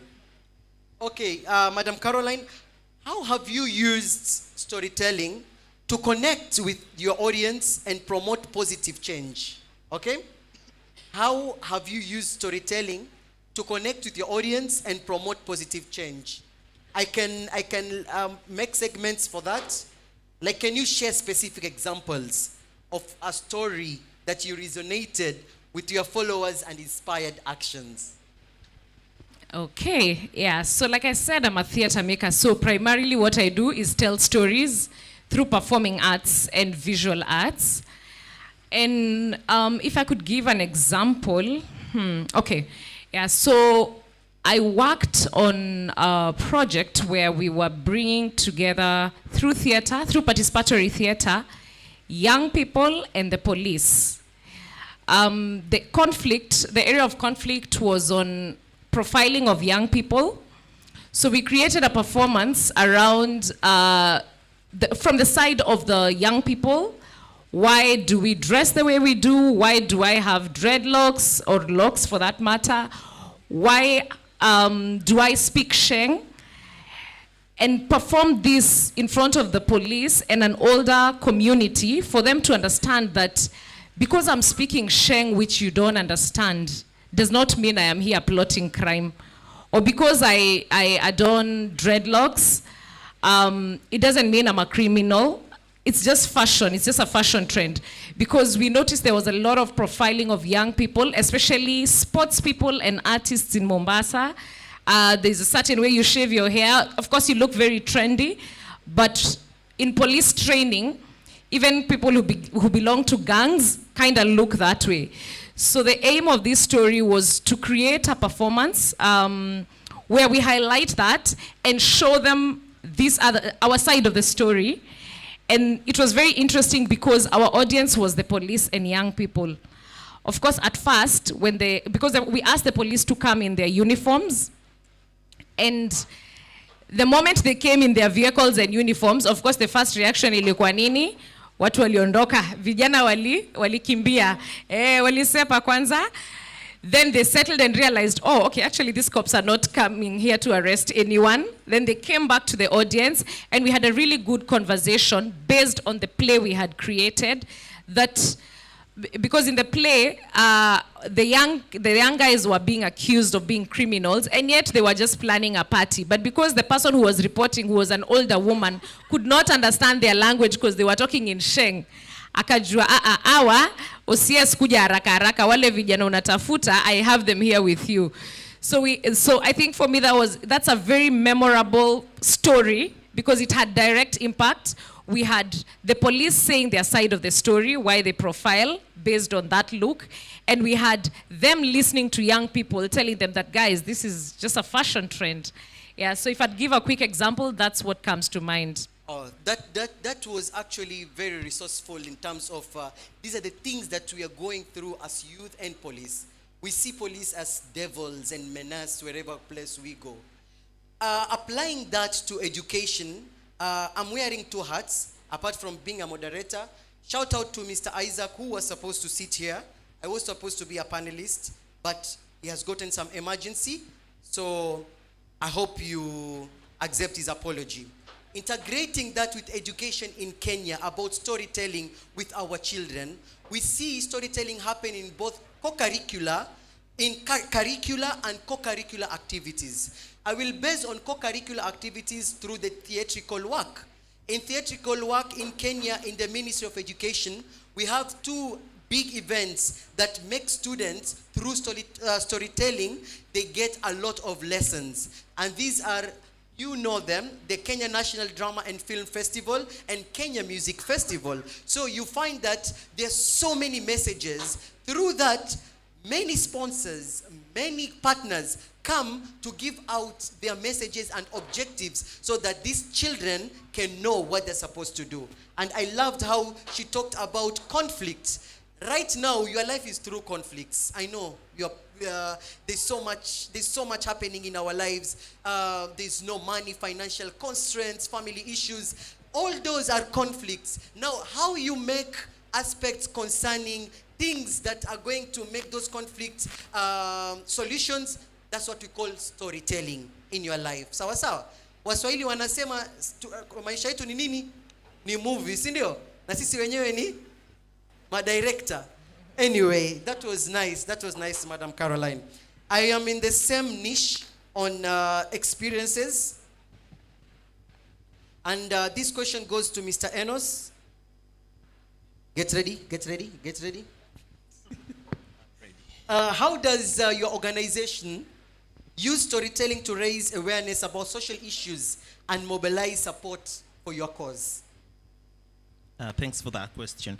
I began by saying that I work for an organization called Dream Achievers Youth Organization. And basically what we do is we mobilize resources to impact the community. To impact the community. Now, how does storytelling come into play? I'm reaching out to this donor and I'm putting out my case. I need to give a justification as to why I need the grant. There's this young girl, a teenage girl, who's expectant, okay? And the intersectionality there is that this teenage girl is also a young lady with disability. It also happens that this lady is HIV positive, another intersection. So when I tell her story and many other stories in my justification and say, this is the problem, this is the story of this young girl and many more other girls out there, and they need to be informed about the ways of which they can prevent teen pregnancies, the way by which they can plan their family, they can draft out a career map for themselves and all that. So I am using a story to put my case so that I'm able to put this girl at a driver's seat, okay? That is one angle that we use stories in. For example, I'm programming around, because we also program around preventing countering violent extremism. You've heard of Wakali Kwanza, Wajukuu wa Bibi, Team Kisala, hizo zote, okay? And then that probably is just a stepping stone for somebody joining either Al-Shabaab or joining another group, a radical group. What happens is I may involve, okay? I may involve an old person to come and speak on how they resolve conflicts, how they used to resolve conflicts then, by sharing his stories. So he shares his stories to these young people and they find better ways of resolving conflict without necessarily going into violent extremism. If I pick another case, for example, with regards to education, you find that the literacy level of children are quite low. People don't have a reading culture. At home, it's not encouraging. The environment is not hospitable enough for a child to learn. So what do? I put my case to somebody who can identify with this particular situation, somebody who can come down to that level by either giving funds to help these teachers, help the parents, and help the student to boost the literacy level of this particular child. I'll put out a story. Sometimes I don't even write to that particular donor out there, but I capture a story and involve a graffiti artist.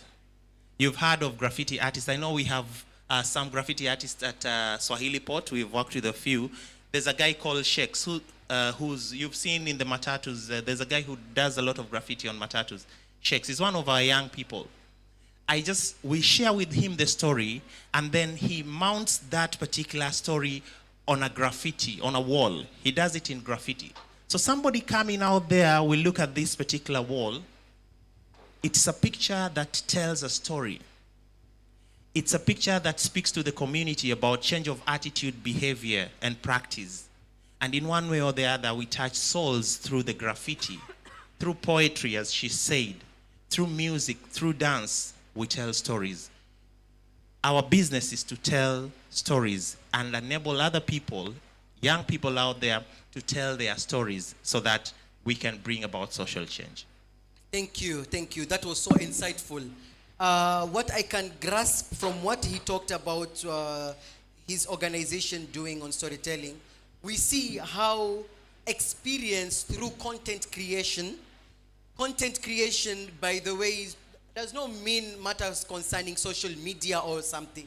He touched on matters concerning graffiti, matters concerning storytelling and all that.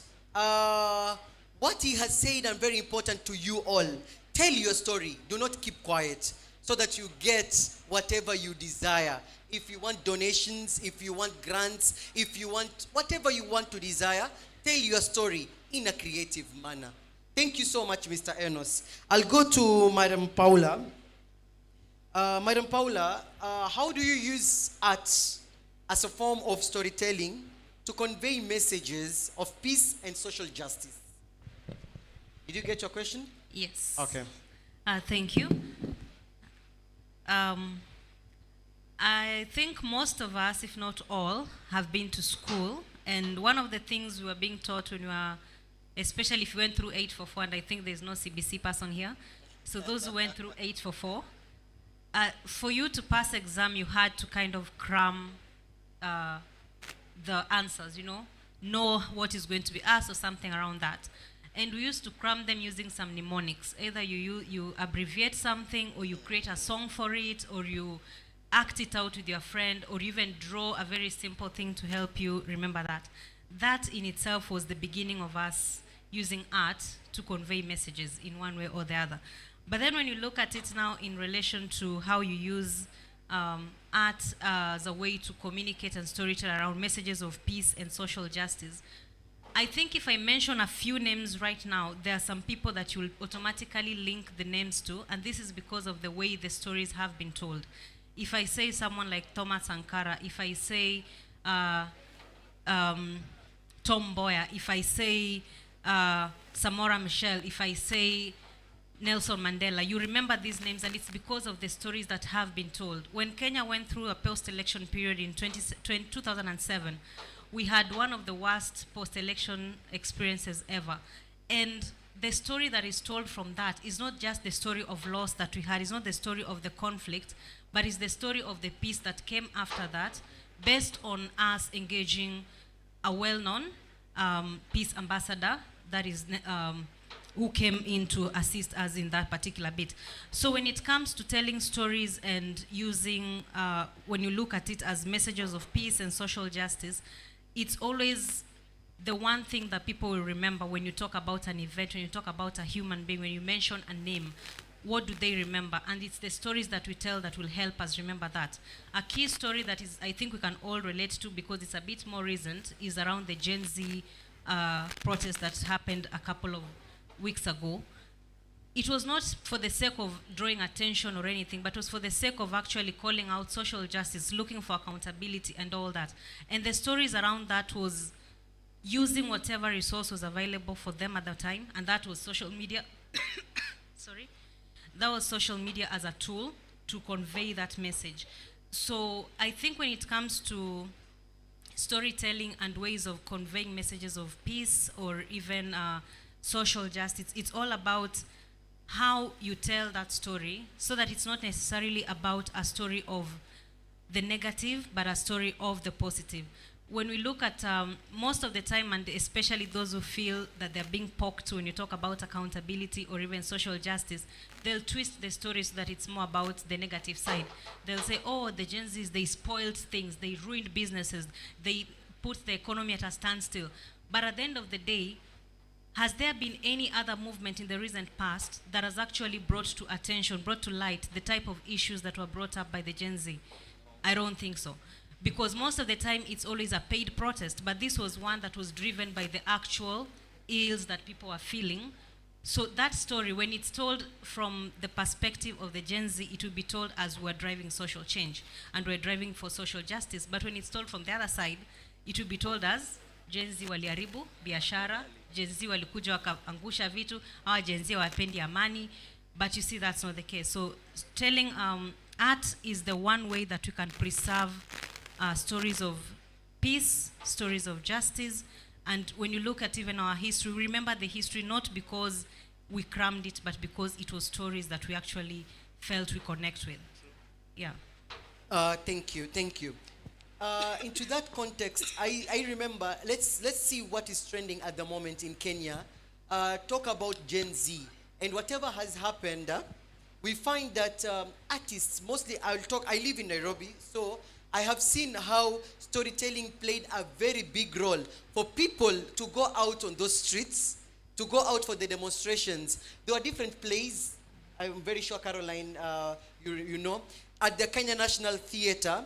There were very different art, form of art on storytellings, like the Sarafina way, you know, all the things that can provoke in a good way youth so that they're out there fighting for their rights. And all that was done through storytelling. So I feel in terms of social justice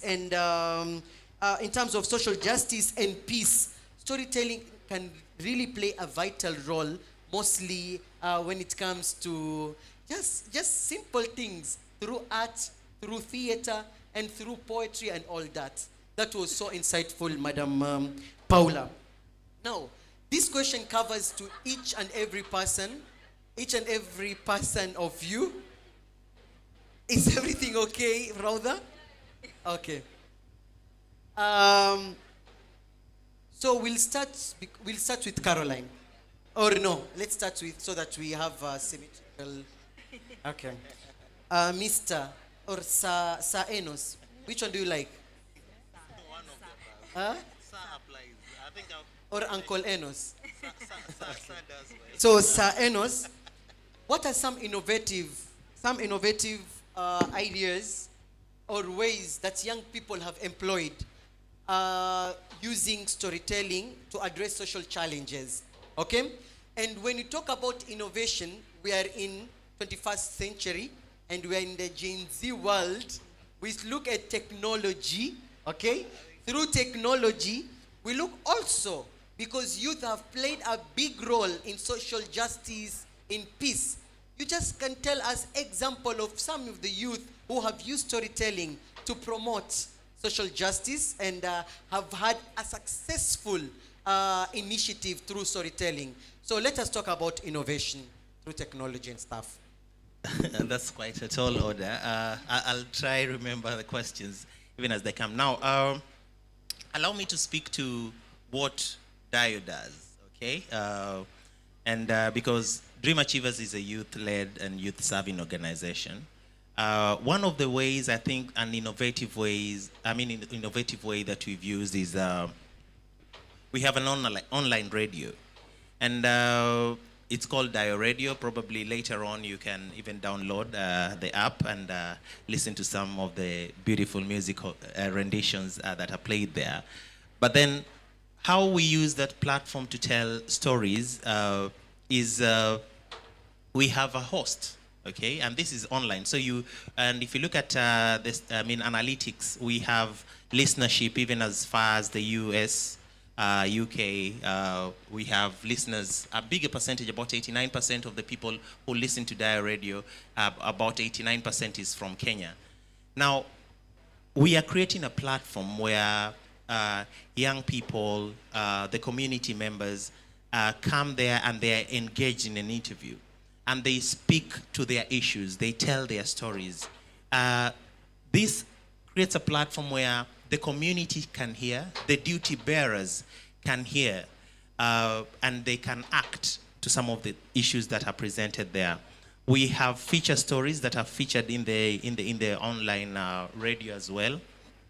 A number of feature stories that we've recorded, and you can always access them.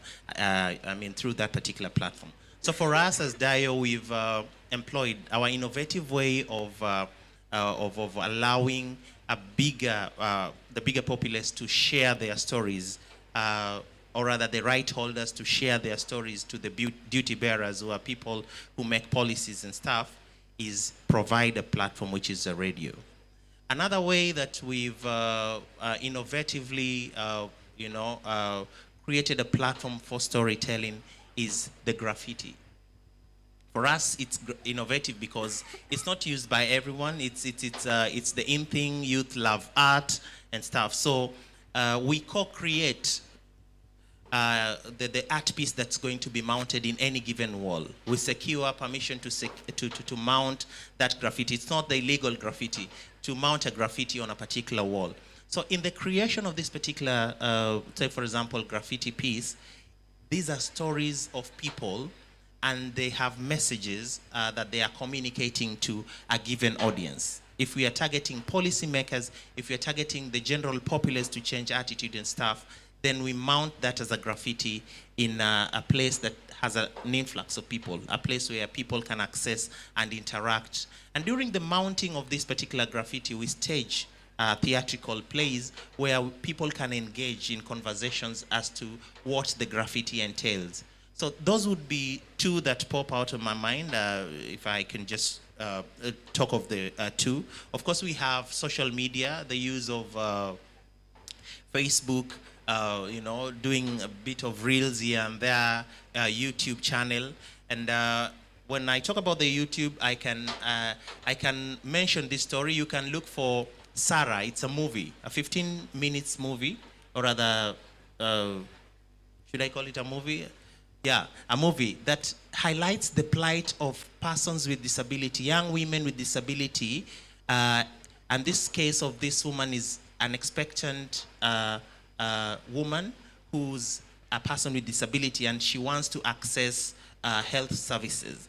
And she can't even get into a matatu to get her, or rather to ferry her to that particular facility. So all that she goes through, even the attitudes of the service providers, because the moment she gets to the facility, the healthcare provider asks, hata wewe pia, yani hivi ujihurumii, wamwacha mtu akutunge mimba haya ukizaa kilema. So then it speaks about what young persons, or other people with disability, go through a person with disability's eye. And you can find that on YouTube. So for us, we try to embrace innovation in telling stories. And it's not only our stories, but the stories of the people we serve. Thank you so much. I feel you really resonate very well with your community. Talking matters concerning having a radio station in your organization. You've gone a very, very big step, because I see right now history is repeating itself. Okay, radio presentations are now an in thing. Am I lying? So I'm very sure you're doing a good job. I hope you remember the question.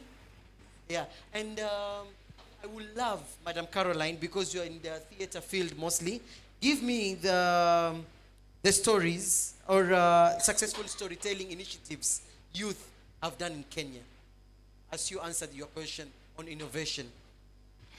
Wow, okay, I will try.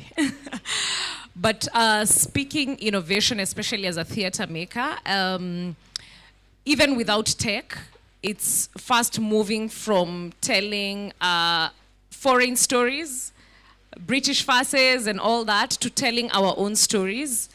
And I think that's a huge innovation, because it's opened up the space for us to be able to voice our exact issues.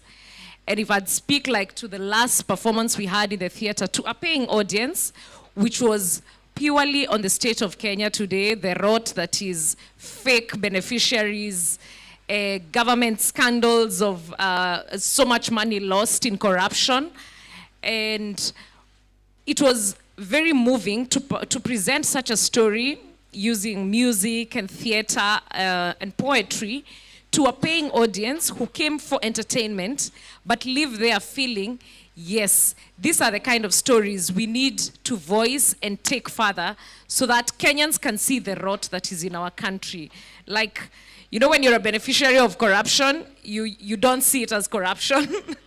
It's a good thing because you know someone who helped you get there. But when you're on the other side of the divide, so people left that show feeling, oh yes, this is really the state of our country and we need to do something. So for me, that's a huge innovation, especially in the theater space.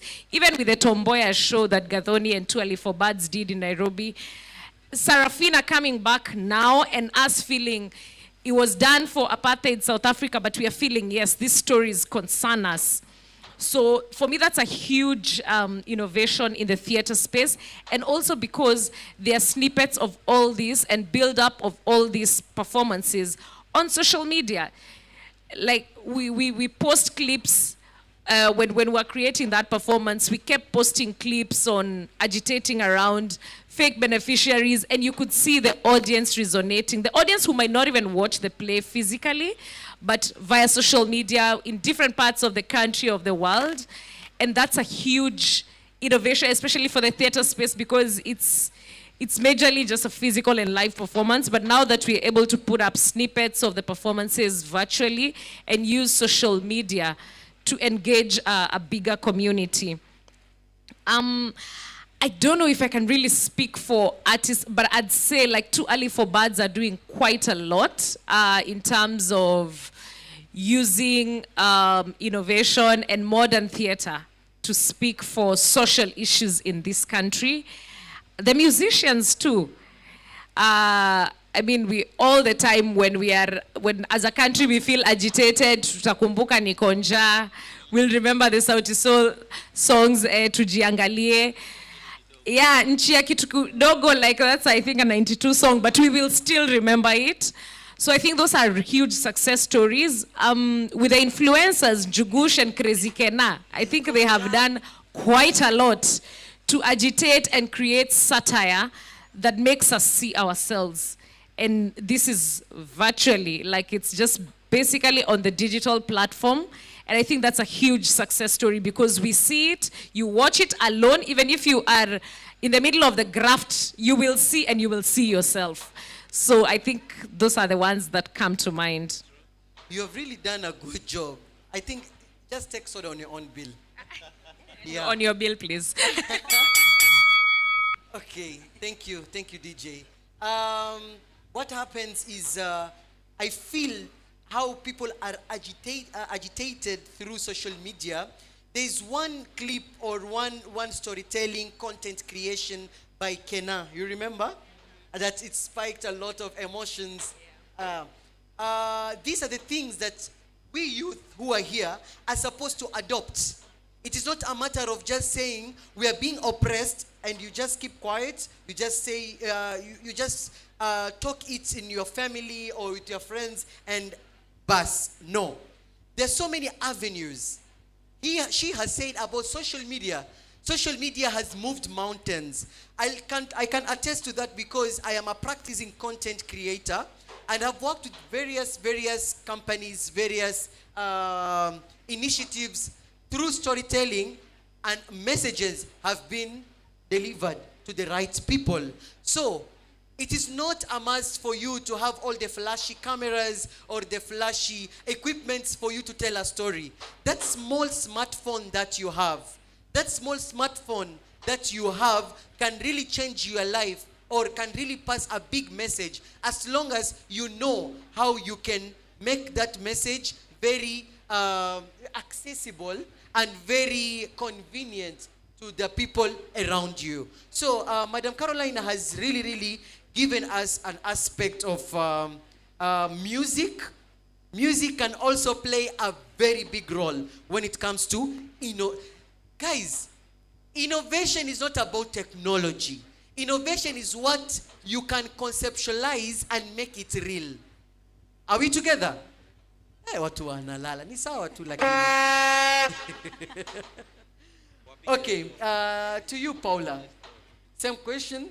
And Enos, after Paula, I would love you give me any of the artists that they've given a storytelling initiative and has boomed. Okay? Just think. Don't say Sauti Sol. Don't say Eric Wainaina. All of them are mentioned. Okay? Good. I don't envy Enos. Yeah, so just to piggyback on what my friends have said, when you look at storytelling and you look at it as from the innovative perspective, most of the time we see innovation and we immediately think tech. And especially in this time and age, we think tech and then we merge it with social media. But then innovation is really anything new that hasn't been thought of. But according to my former boss or colleague, he used to say that you can't invent anything under the sun. So it's not necessarily inventing, but it's about using a new idea, which might have been there, but twisting it to change into this context. And I'm going to look at it from the perspective of the stories that we grew up with. We grew up reading stories, not really watching stories on our phones or on television or anything, but reading stories. We learned about our history from reading about our history. And Kenya at this time, we boast being the 4th highest when it comes to literacy rate in Africa, but we have a very poor reading culture. Very, very poor. Yet we are number 4 when it comes to literacy levels at 85%. But now there is a group of people that I've worked with who've actually noticed that there is a gap there. And it's not that Kenyans don't want to read. It's because Kenyans don't want to read literature from outside. They say, hiyo sio yetu, hainihusu. It's not, I can't relate to that. Because when you read the street name in Asoma, 4th Street somewhere, 57th Street somewhere in Los Angeles or something. But so you don't know where that is, so you can't relate. So there's a group of people who sat down and said, why don't we write for Kenya what they can understand, what they can relate to? So they started writing stories for Kenya. And these are the group of people that I work with. They are Kenyans. They write old and young, above 35, over 35. Some are very old, some are very young, some even in high school, and they write about Kenya. They write things that we can relate to. They write the perspective of, say, the Gen Z protest without looking at it from the New York Times, how it's being written. They write it from this perspective, and they use any avenue to channel that. Some of them use newspapers, some of them still use blogs. There are those who've published books, and they use that to actually drive change through innovation. To them, that is innovation, and it's innovation that is still for this century, but it's not necessarily limited to technology only. And then there are also other ways that you can look at it. With this, like I said, we are blessed to be living in such a century where the global village is actually a thing. So can you imagine when your story is told about, say, leadership? We have shows in Kenya that are being watched across board. There is a show that was aired on, is it KTN, called Miss President. I think we know Miss President, that was telling the story of young women and from leadership, those who want to vie for positions, how they're being trained and all that. And for them to get to that particular journey, that was a creative way of using a reality show to actually talk about change and to actually push an agenda, and it actually worked. So there are very many avenues that we can use, and there are very many ways that we can think about innovation. Just look for that niche, and then when you find it, you drive your agenda through that, and it will really, really, really push through. Thank you, thank you.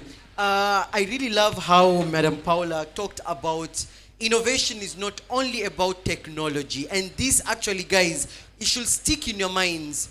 Innovation is not about technology. I know STEM has really, even in our education system, you find STEM getting more resources, getting more teachers, focusing on humanity and all other subjects. But innovation is about what you want, or what's contemporary, and you make it accessible or easy to perceived by your community or yourself. Very good. I know you have been Googling Enos. No. It is okay. No. We were taught AI this morning. No. It is okay. I want to test the Tell us what you have Googled. I've not Googled. I want to test our knowledge on these people. I'll try sing. I have a flu, but I'll sing and you'll tell me who told the story. There's a person who sang, kama ni mapenzi ya kuniudhi kila saa kunifanya. Who's that? Kidum. A storyteller. Now this one is a bit tricky. Taxi driver nikomboleshe gari twende Nakuru. Haya, who? Majenzi hiyo huyo ni Fadhili Williams. Okay. Probably the last one. Oh mama Elio, siwezi kusema na mwenyewe yupo. Ya Mombasa hiyo. Nani ametell your story? Go research. So those are some people who've told stories. Radarada ni gani tuingie ndani juu misiban. Tunajua hiyo, si ndio? Munipige makofi tafadhali. Anyway, let us look at aspects concerning the topic global peace. And each and every panelist will get a question on its own. And please use like at least 2 minutes because we need to cover much. These amazing people want to hear a lot from you. So, Madam Paula, yes. Madam Paula, how can storytelling contribute to building bridges between communities and fostering dialogue across cultures? I feel that question, yeah, it's good to you. Yeah, it's good to me because where I work, there are people who say that NCCK thrives in chaos. And in a way, it's kind of true because we thrive in peace building anyway. Your boss is around, don't forget that. Eh? I know, I'm not afraid of saying that. Yeah, so maybe I should start by bragging a little bit. NCCK last year was nominated for the Nobel Peace Prize. So maybe you can clap for us before we continue. Yeah, so when it comes to this particular discussion, storytelling has 2 sides that sometimes we forget as people when we're discussing storytelling. There is the person telling the story, and then there's the person hearing the story, which means storytelling needs you to actually be a very active listener for you to actually be able to use the story you're listening to make some change. And the stories that we've had that have promoted peace, not just in Kenya but globally, are stories that have been told, and we know and we're using them because we've been active listeners to those stories. We take those stories as examples and we use them to transform. Some are not good stories, and some are used to actually scare you into not getting into a conflict area. Say, for example, if during the Gen Z protest, someone said, mnataka kutupeleka kama tukue kama Sudan. You want to take us back so that we start fighting like Somali. You know, so some are used to scare into people into retreating when it comes to a potential conflict being seen. But then at the end of it all, you look at a story and you look at it from the perspective of, for us to have mutual understanding, for us to have that bit of cohesion, I need to be able to listen to you, I need to be able to understand and put myself in your shoe to then understand that there is differences and that there is still a way to live together. I'll use an example of Swahili Port and NCCK partnership. Swahili Ports, basically, they're based mainly in the coastal area, which is predominantly a Muslim area. NCCK, even from the definition of our name, is a National Council of Churches of Kenya. So already when people hear that there is a partnership between NCCK and Swahili Port, it's a question of how are you working together? How can you collaborate? What is it that you're going to even find that you can work together? But then look at it from this other perspective. And both institutions are just working for the people. You know, and you're able to understand the stories that Swahili Port does, and you listen to the stories that NCCK does, and it's the same thing. It's just that our target audience, or rather the people that visit our places, could be slightly different, but it's still Kenyans. So it's easy for you to work together as opposed to looking at this person as a person of conflict, when you actually listen to them and understand the story that they come, where they come from, and the story that they are able to tell. And there's the GYN chair, when she spoke this afternoon, her opening remarks, she started by saying, God is good. And she said that in Arabic as well as in English. And you see, all of us were able to respond to that. Because it's not about division, because stories are how we came to interact with each other. Because if it wasn't for stories, there would be no mingling. We won't know where the coast is. I'd be stuck in Kisumu, just within the borders, not knowing who my neighbor is. I won't even interact with the Luya person, because it creates the avenue for dialogue. It opens up the space. Yeah. I feel it's all about inclusivity and integration, because we all have same problems. We all don't have money, right? Or do you Christians have money? Please tell us. Huh? Even we Muslims don't have money now. Anyway, what I'm saying is that we all have same problems. It's all about humanity, and it's not about religious issues or conflicts and all that. That is very good, and that is amazing of you and CCK. Now I go to this theater, lad. You see, there's aspect concerning stereotypes. I know you've done a lot of plays. You've done a lot of poetry on stereotypes. How can we use storytelling to challenge stereotypes and promote understanding?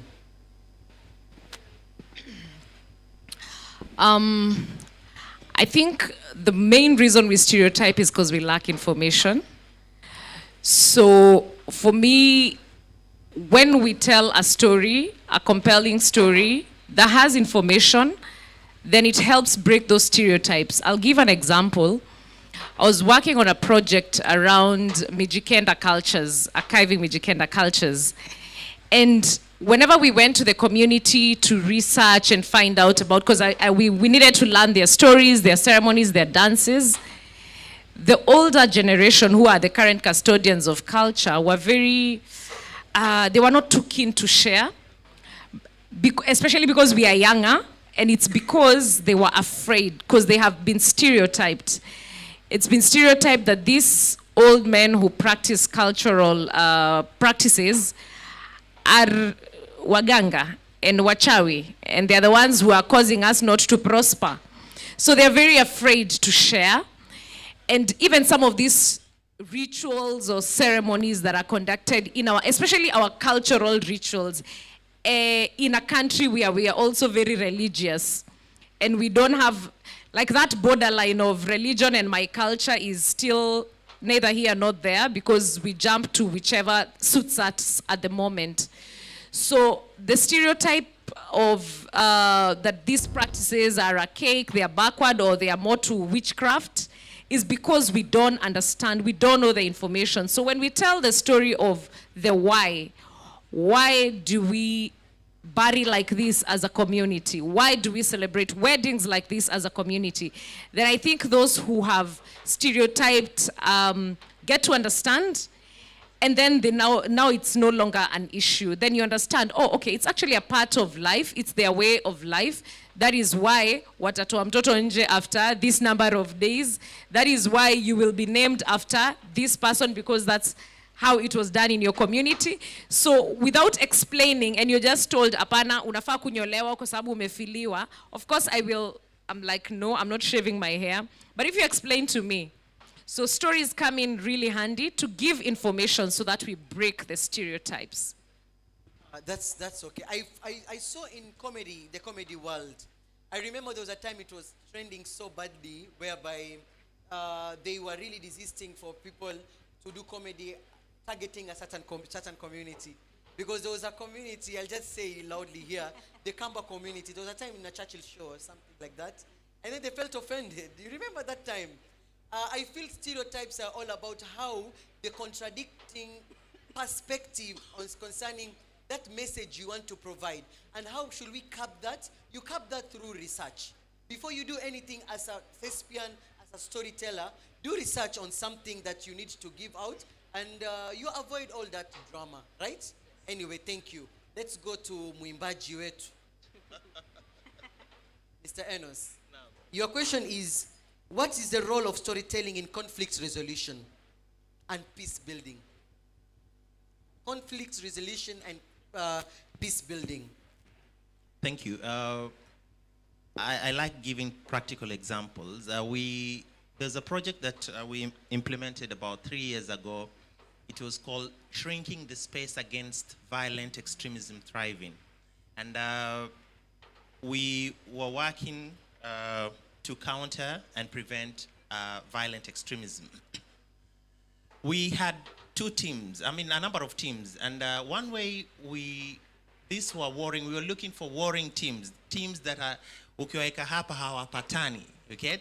So what happened is we used to bring those teams together, football teams, and they would play, a tournament. And after the tournament, we'd share meals. We'd just sit together and eat together. And while eating, you can't keep quiet. People talk. So they would share experiences. And then at the end of this particular engagement, they realized that we are people, of the same place. We share what? We share a place of origin. We share experiences. And they came to realize that they were just carrying some hatred with them whose genesis they don't even know. There were former teams that they took after, and as such, they felt like it's a responsibility to just carry on the hatred. But then, after sharing a meal and sharing stories, sharing experiences, these teams gelled. That is one example. The other example was we had. I won't call them recovering addicts. Let me say.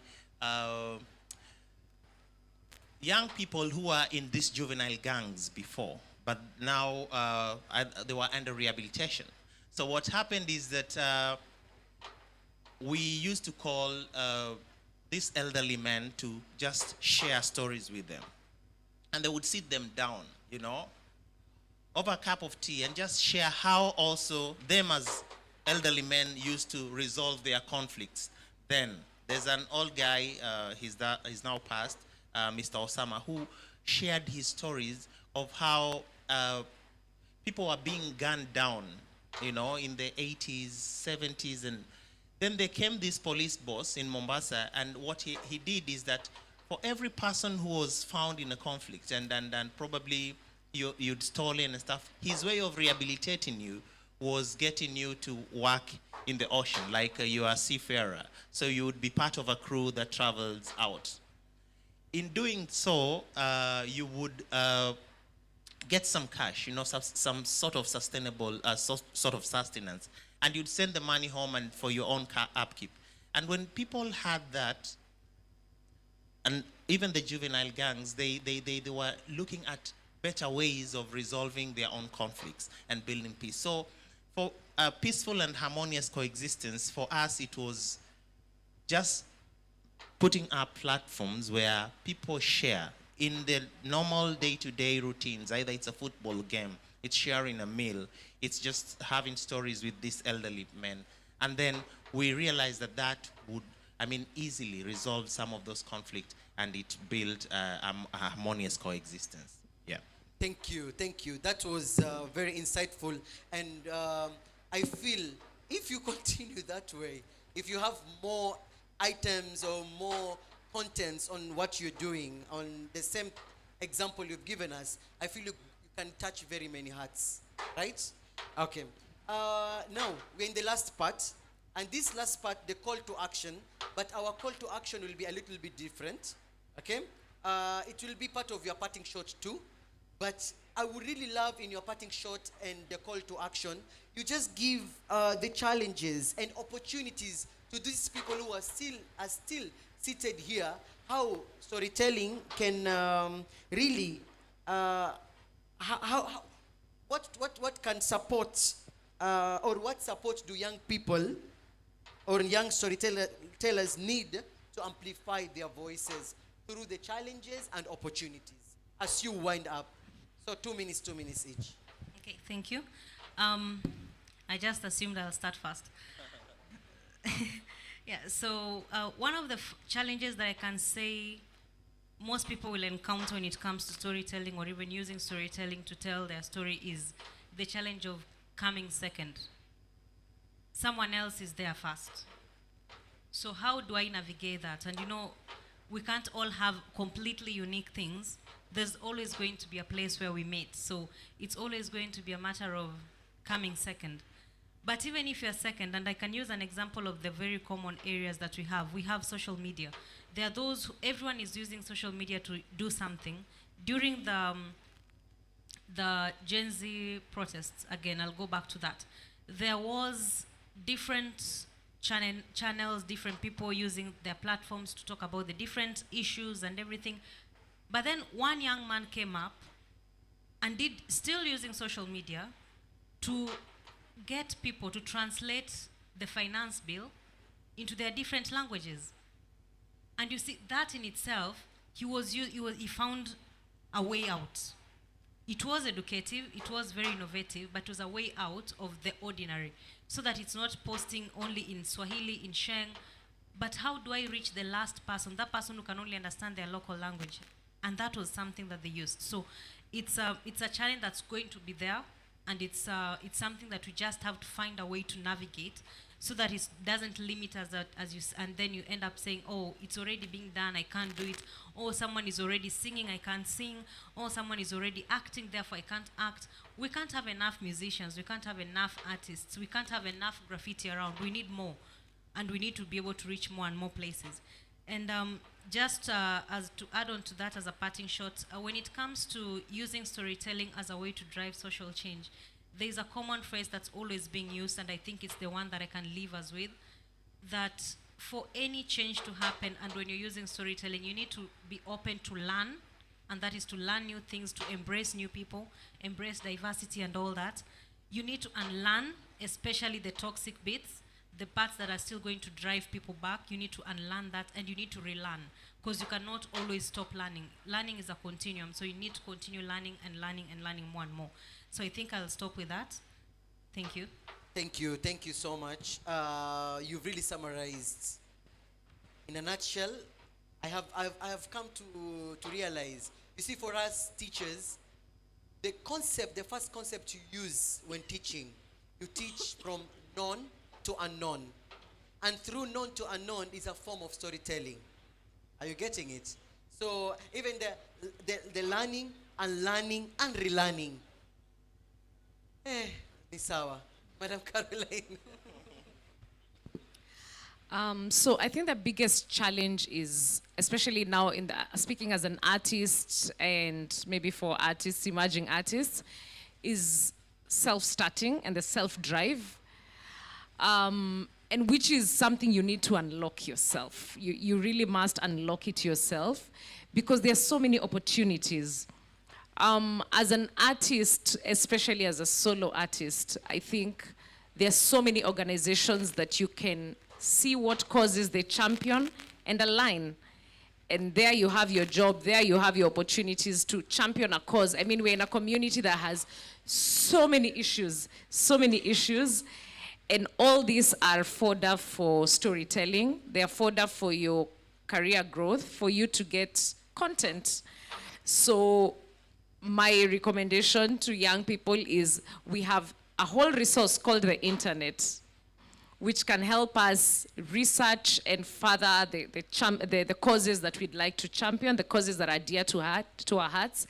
And then we have the organizations that we can align to, and they can give the money to anchor you to do the artwork that you'd like to do. So it's just opening up our minds, being braver, bold enough to try, and be sure you will fail somewhere along the way. You will get a million rejections, but you will get a go through. Somebody will see it, bite, and you will get your breakthrough. So in a nutshell, that is it for me. And yeah, I think the arts are in a very good space today in Kenya. We are more recognized. There are much more opportunities. We have very many artists living off the arts purely. So let's grab these spaces. That's very true. I love how you say that arts is a little bit recognized in Kenya. In the education space, for example, there is an event that I have said in Ministry of Education for the children. Did you know that Kenya Music Festival is one of the biggest festival in Africa? It is. Yeah. Yeah. You might just see it's just for the students and but it is the biggest, one of the biggest in in Africa. Again, we are having the Kenya Cultural Festival for the counties. That is 1st to I think 14th December in Taita in Voi. Actually, I think now after devolution, sorry to interrupt, but yeah, after devolution, almost every county has a cultural festival because culture is a devolved function. So we have almost like over 40 cultural festivals in the country. The reason why we are giving those examples is because Caroline is in the theater spaces. And these are the things that if you are telling stories through theater, go to the activities or events that align the way she said. Expose yourself. That's the most important thing she was talking about. Last but not least, our gentleman, Mr. Enos. I think I'd just build on what they've said, and for me it would be finding your voice. And finding your voice would be still, who do I align with? You know, introspect, ask yourself questions, explore. How do I put my story out there? You know, what do I feel comfortable? How can I create this to speak to me in a way that I feel comfortable in sharing? So for me, it would be finding your voice. One thing that probably, and I end on this, is many a times it's the thought process. There's a poet who said, if you think you're beaten, you are. If you think you dare not, you don't. If you'd like to win, but you think you can't, it's almost certain you won't. At last, the one who wins is the one who thinks he can. So think positive. Thank you, thank you. Before we clap for you, it's my moment to shine. I want to give a summary of what we have discussed. The purpose of storytelling is to amplify voices, okay?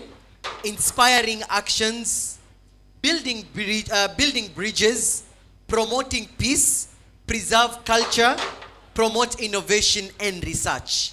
Those are the purposes or merits of storytelling. It was so nice moderating to these amazing people. I'm really, really excited to be your moderator, and I hope the people who have remained from beginning till the end, you have grasped something. And if you have not grasped something, I don't know what you've been doing here, but I know something has been, something is home. Thank you so much, and it was Sabri Farouk, your moderator. Thank you so much. Well, then, thank you so much. Please, let's come here for a group photo. A group photo, kindly, panelists, asanteni sana. Hapa tulikuwa pia na musician, asante sana. Please come by for the photo, Niko njaa siwezi karanga. Ati kuna swali? Ngoja kidogo kabla tusikie njaa. Kidogo tu. Kulikuwa na swali eh? Nani huyo mwenye swali? Sawa. Kuna mwingine alikuwa na swali, pressing issue, pressing matters kabla tupige picha. Kwa hivyo keteni ni kama hamko mmekisimama. Kaeni bado. Maswali mawili Haya, hi. Hello, how are you? Very well. I know people are tired, but listen to me. So my name is Samoita Chepkoech. So okay, thank you so much for the facilitation. It was nice, and I appreciate. But there's something that we forgot. First of all, what we should know is that storytelling is power. You talked about social life, cultural, how it is, you can create innovations, how it brings religious, but there is something that we forgot. That storytelling is the background of mental health. Actually, people forgot the mental health issues. And as youth, we know that right now things are bad for us. That is true, sindio? Yeah, and what I learned is that if us, we have a story behind, and most of the stories are traumatizing stories. But what I know is that after we have storytelling, they transform those trauma into resilience and growth. If you have a past that is so painful, and a past that every time you think about, you don't want to tell somebody else, trust me, you will come and learn that it is through that story that your character was built. That is true. I'm a living testimony of that. It is through my story that I am who I am today. And that is why I always say, mental health, if we have that mentorship that tells stories, it will bring, it will come up to be a way to help our brothers and sisters to come out of the mental health issues about stress, traumas, and death that occurred due to mental health. Thank you so much. Thank you so much for that. Yes, there's one more here, please. Kama unaweza pitisha hapa. Twende. Good afternoon. Good afternoon. My name is Fatuma from Sulha, Africa, and I love the session on storytelling, but it's sad that you didn't give us an opportunity to share our stories with you. The whole panel was very, I don't want to use the word self-absorbed, but it was like a very internal discussion. You did not bring us on board. In fact, you guys are storytellers and you did not express yourself in a very storytelling type of manner. As kama mnafanya vile ambavyo mnatuambia to do something that you are not doing. You should be leading us by example through the stories that you're trying to tell. Thank you. Sasa kwa hivyo unasema wapeane story kabla watoke, watupeka story tu, their life story kidogo, anything Sasa creatively basi mimi siwezi waachilia basi. Mimi sina ubaya, unajua? Kwa sababu wamesema. Na wangapi wanasema at least we give them each 60 seconds watupe kitu. Sasa mimi nitafanya nini? Anzeni kutunga, lakini yenu ni ukweli, si ndio? It's a life story. Who wants to start? At least ndio hawa wastoki hivi kama hawajui. What is your story? Aya, DJ, unaweza weka hiyo ya njaa. Tuwapatie 1 minute ya kufikiria what they're going to say very fast. Niko njaa tasiezi karanga. Asante sawa, tosha. In the meantime, as they are preparing, kesho ni saa ngapi? Wajua ni saa ngapi? Kesho tuko hapa officially tunaanza kituo. Samahani. Tunafungua kituo. Tutakuwa pia live. Kwa hivyo ni kituo pia. Tutaanza saa 2:30 on the dot. As you have noticed, if you check your watches, we said we will end at 5. Look at your watches. 5 imebakisha dakika 5, sio? Yes, because we want to keep time. If you also noticed, we started at exactly 10 o'clock. Kwa hivyo mambo ya kuobserve time, we shall be observing time. Ukisikia tunaanza saa 2:30, tutaanza saa 2:30. Maana kesho ukija hapa saa 3, saa 4, utakuta tumeendelea. Sawa? So tomorrow 8:30 on the dot. Be seated at your position. Haya, wacha tuende kwa story sasa. Who wants to start? Watu wamesema narrate sana. Haya, thank you so much. They are pointing at you. Haya basi twende. Hata umepewa asante yako. Haya, hii ndio kifungo. Haya, just say whatever story you want. What's the context of the story? I think I need to understand that because I believe as a storyteller, everything, because a story can be told in words, in visual expressions, and what we were doing is storytelling because we have shared a bit of, we did not start with once upon a time per se, but we shared a bit of ourselves with you. So I'm not too sure, but maybe let me just share a bit of my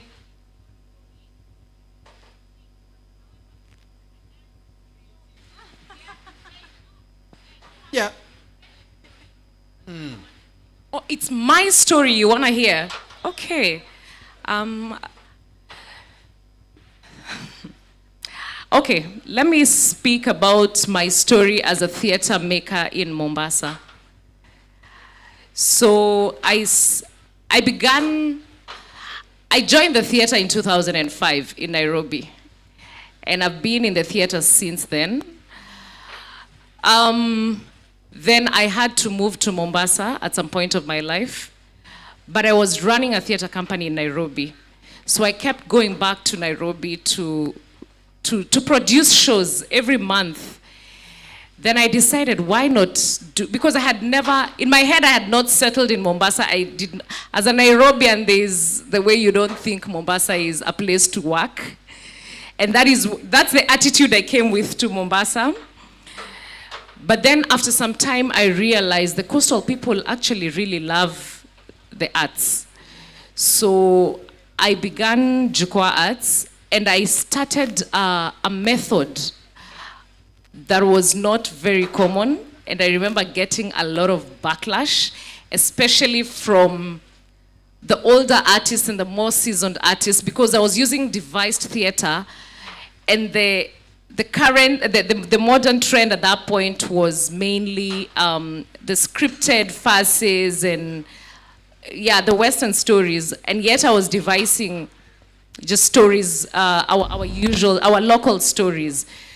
So that posed as a huge challenge, but we kept doing it over the years until now. It's actually a method that has been taken up, and even the community that was not too keen on that now have taken it up, and it's a method that works, and even to a paying audience. And the reason I'm telling this story is for anybody who wants to begin something and you feel you're in an environment that is not too appreciative of what you're doing. There's something that consistency does. Consistency makes you believable. Consistency makes you also grow and get rooted to what you're doing. And consistency brings you a whole community that aligns with you. So don't be afraid to start, even if you're in a new space, even if you're beginning a method that is not what is maybe conventionally accepted. So do you, the world aligns. You don't have to go to the table will come to where you set it. Thank you. Sasa ameongea on behalf of the rest. Asante sana. Wapi makofi yao tafadhali? Sawa sawa. Unajua wamemwappoint as the chairperson of that committee of storytelling. Na imefika pahali nimeona wakipiga hata kelele kabla umalize, makofi kabla umalize. Asante sana. So ladies and gentlemen, once again, just a quick reminder, tomorrow what time? 8:30. Please make sure you keep time on that. Now, sasa hapa tutakuwa tu na officially nataka kuwa release, but before I release you as well, just to tell you we have some two very nice performances. Sijui kama wako, lakini nataka hawako. Sasa kwa hivyo sijui kama Teresina yuko, kama Teresina yuko ange scream. Uko. Sasa njoo as I officially just release everybody else who needs to go catch a bus, do everything else, but enjoy what Teresina is going to do, as well as some prison band, Boston band kidogo kama wako pale. Ndio sasa useme ulifukuzwa. Unajua kuna watu ambao wanaishi tu hapa nje. Kama unaishi hapa unaweza enjoy kidogo As Teresina is coming, let's do the group photo tafadhali. Group photo tafadhali. Group photo, na nasikia mkaribie hapa kidogo, hapa mbele kidogo. Hapa mbele kidogo. Teresina, karibia Teresina. Anpenda kuzilika, anpenda chicks, anpenda tigers, anpenda hizo hip six sexes kiwa bamba. Anpenda hii, anpenda that slow but and the chap chap. Anpenda hii, anpenda that slow but and the chap chap. Ai kudade, ai ina do the da. Ai mina kana mwa. Ako sawa? Asante sana. Ladies and gentlemen, Teresina, makofi tafadhali. Teresina yuaja. Welcome Teresina. Haya DJ kidogo. Twende. Okay, so as we set up, hello everyone. How are you doing? How was the session? Wonderful. Yeah. So as we set up, I'm going to tell you a little story because it's about storytelling. So the song that we're gonna do today is a song I wrote about taking ownership in making change. Sawa sawa. And I believe change starts with you. Like the lady said, if you wanna be the change you wanna see, Yes. So this moment right here is for us to affirm to every single person who is here, like affirm to each other that you're capable of the change that you want to see.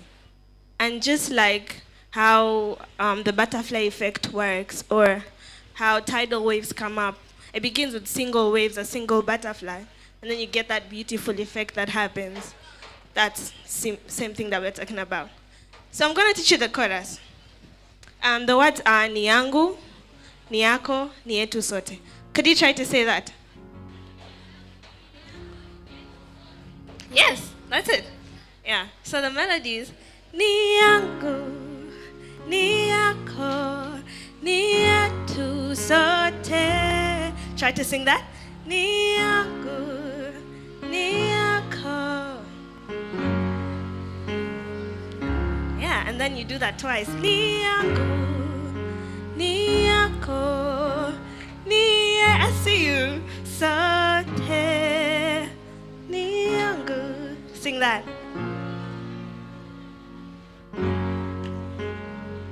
Yes, that's it. A simple song, but you know, feel it in your heart.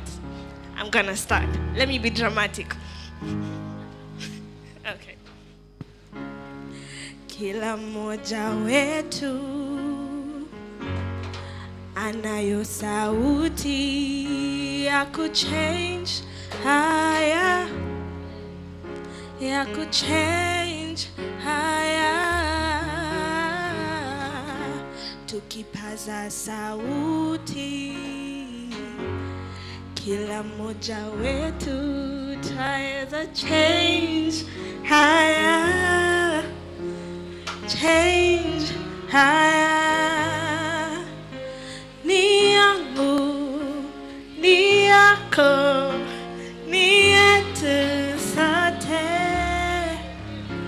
Ni yangu, ni yako, ni yetu sote. Sing. Ni yangu, ni yako, ni yetu sote. Yeah, ni yako, ni yetu. Now, mi na wewe tunaweza badilisha. Sote tuna sauti ya kuchange. Mimi na wewe hapa tulipo. Yes, twaweza badilisha na kuchange. Ni yangu, ni yako, ni yetu sote. Ni yangu, ni yako, ni yetu sote. This is your part. Ni yangu, ni yetu sote. Ni yangu, ni yako, ni yetu sote. Now I want you to look at your neighbor and tell them, waweza. Say. Then you say, naweza. Naweza. Then twaweza sote. Say that to each. Say that to each other. Ready? 1, 2. Waweza. Naweza. Twaweza sote. Waweza. Naweza. Twaweza sote. My pianist anaweza. Ninaweza. Tunaweza sote. Wale wanaweza. Twaweza. Twaweza sote. Ni yangu, ni yako, yeah. Ni yetu sote. Ni yangu, ni yako, ni yetu sote.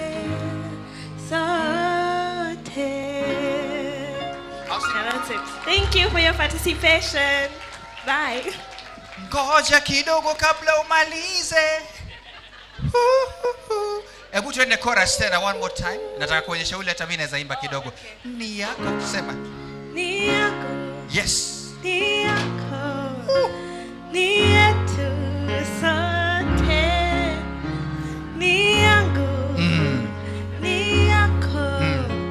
Ni yetu sote. Let me do a lower one for you. Yes. Ni yangu. Ni yangu. Ni yako. Ni yangu tu. Ni yetu sisi sote. Yeah. Ni yangu. Ni yako. Sisi sote. Ni yetu sisi sote. Oh, ni yako. Ni yangu. Ni yetu sisi sote. Sing. Kesho saa 2:30 tukue hapa sisi sote. Haya, asanteni sana. Wapi makofi tafadhali? Wapi picha? Wapi picha? Picha yetu ya wasanii. Hebu tukani kama tunaimba. Fanya hivi, fanya hivi. Ngoja kidogo, fanya hivi. Fanya hivi, fanya hivi. Kuja. Lakini wewe huna kipaza sauti bana. Hebu tukani kama tunaimba sisi wote. 1 2 3 go. Umepiga hiyo picha Hayo ende kule Nation Media. Asante. Thank you guys asante. so much. Haya, tuonane kesho. Asanteni.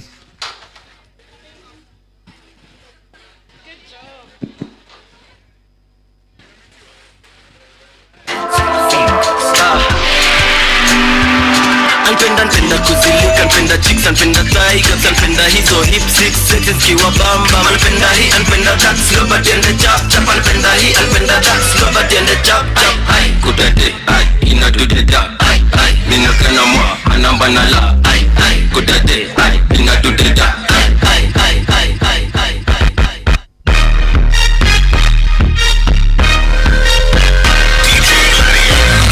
Music Doctor. Anpenda kuzilika, anpenda hizo hip six sexes kiwa bamba. Anpenda hii, anpenda that slow but in the chop chop. Anpenda hii, anpenda that slow but in the chop chop. Kudade, ina do the da. Ina kana mo, anamba na la. Kudade, ina do the da. Ina kana mo, anamba na la. Cheki mimi na we, tuna do the math. Surrender take over, jo angusha mabita. Baby si ubendova kwanza venye inafaa. Tina chocha mimi napenda hiki fa. Ukidikida pale tu kwenye machom. Mimi nasikia ni kama niko mandom. Sahi niko zone, mamizinga ni za grom. Manzi unanibamba mahali nitachukua loan. Namba tu pahali pale sehemu fulani yani. Utamwaga mimi sijui Johnny maji gani. Nikimaliza utasema Johnny nani daddy. Hari Grace ule boyo machine. Anpenda kuzilika, anpenda chicks, anpenda tigers, anpenda hizo hip six sexes kiwa bamba. Anpenda hii, anpenda that slow but in the chop chop. Anpenda hii, anpenda that slow but in the chop. Kudade, ina do the da. Ina kana mo, anamba na la. Kudade, ina do the da. Ina kana mo, anamba na la. Sanapenda kuzienda, tunavateni mijikenda. Mzabibundo agenda, fiteni nane si utapenda. Chora saba chisa penda, sita sitaenda. Akupenda nitakupenda, marakata utanitenda. For you le chama vela, for you le chapa mela, for you le chama vela. Niache yashi pite boss.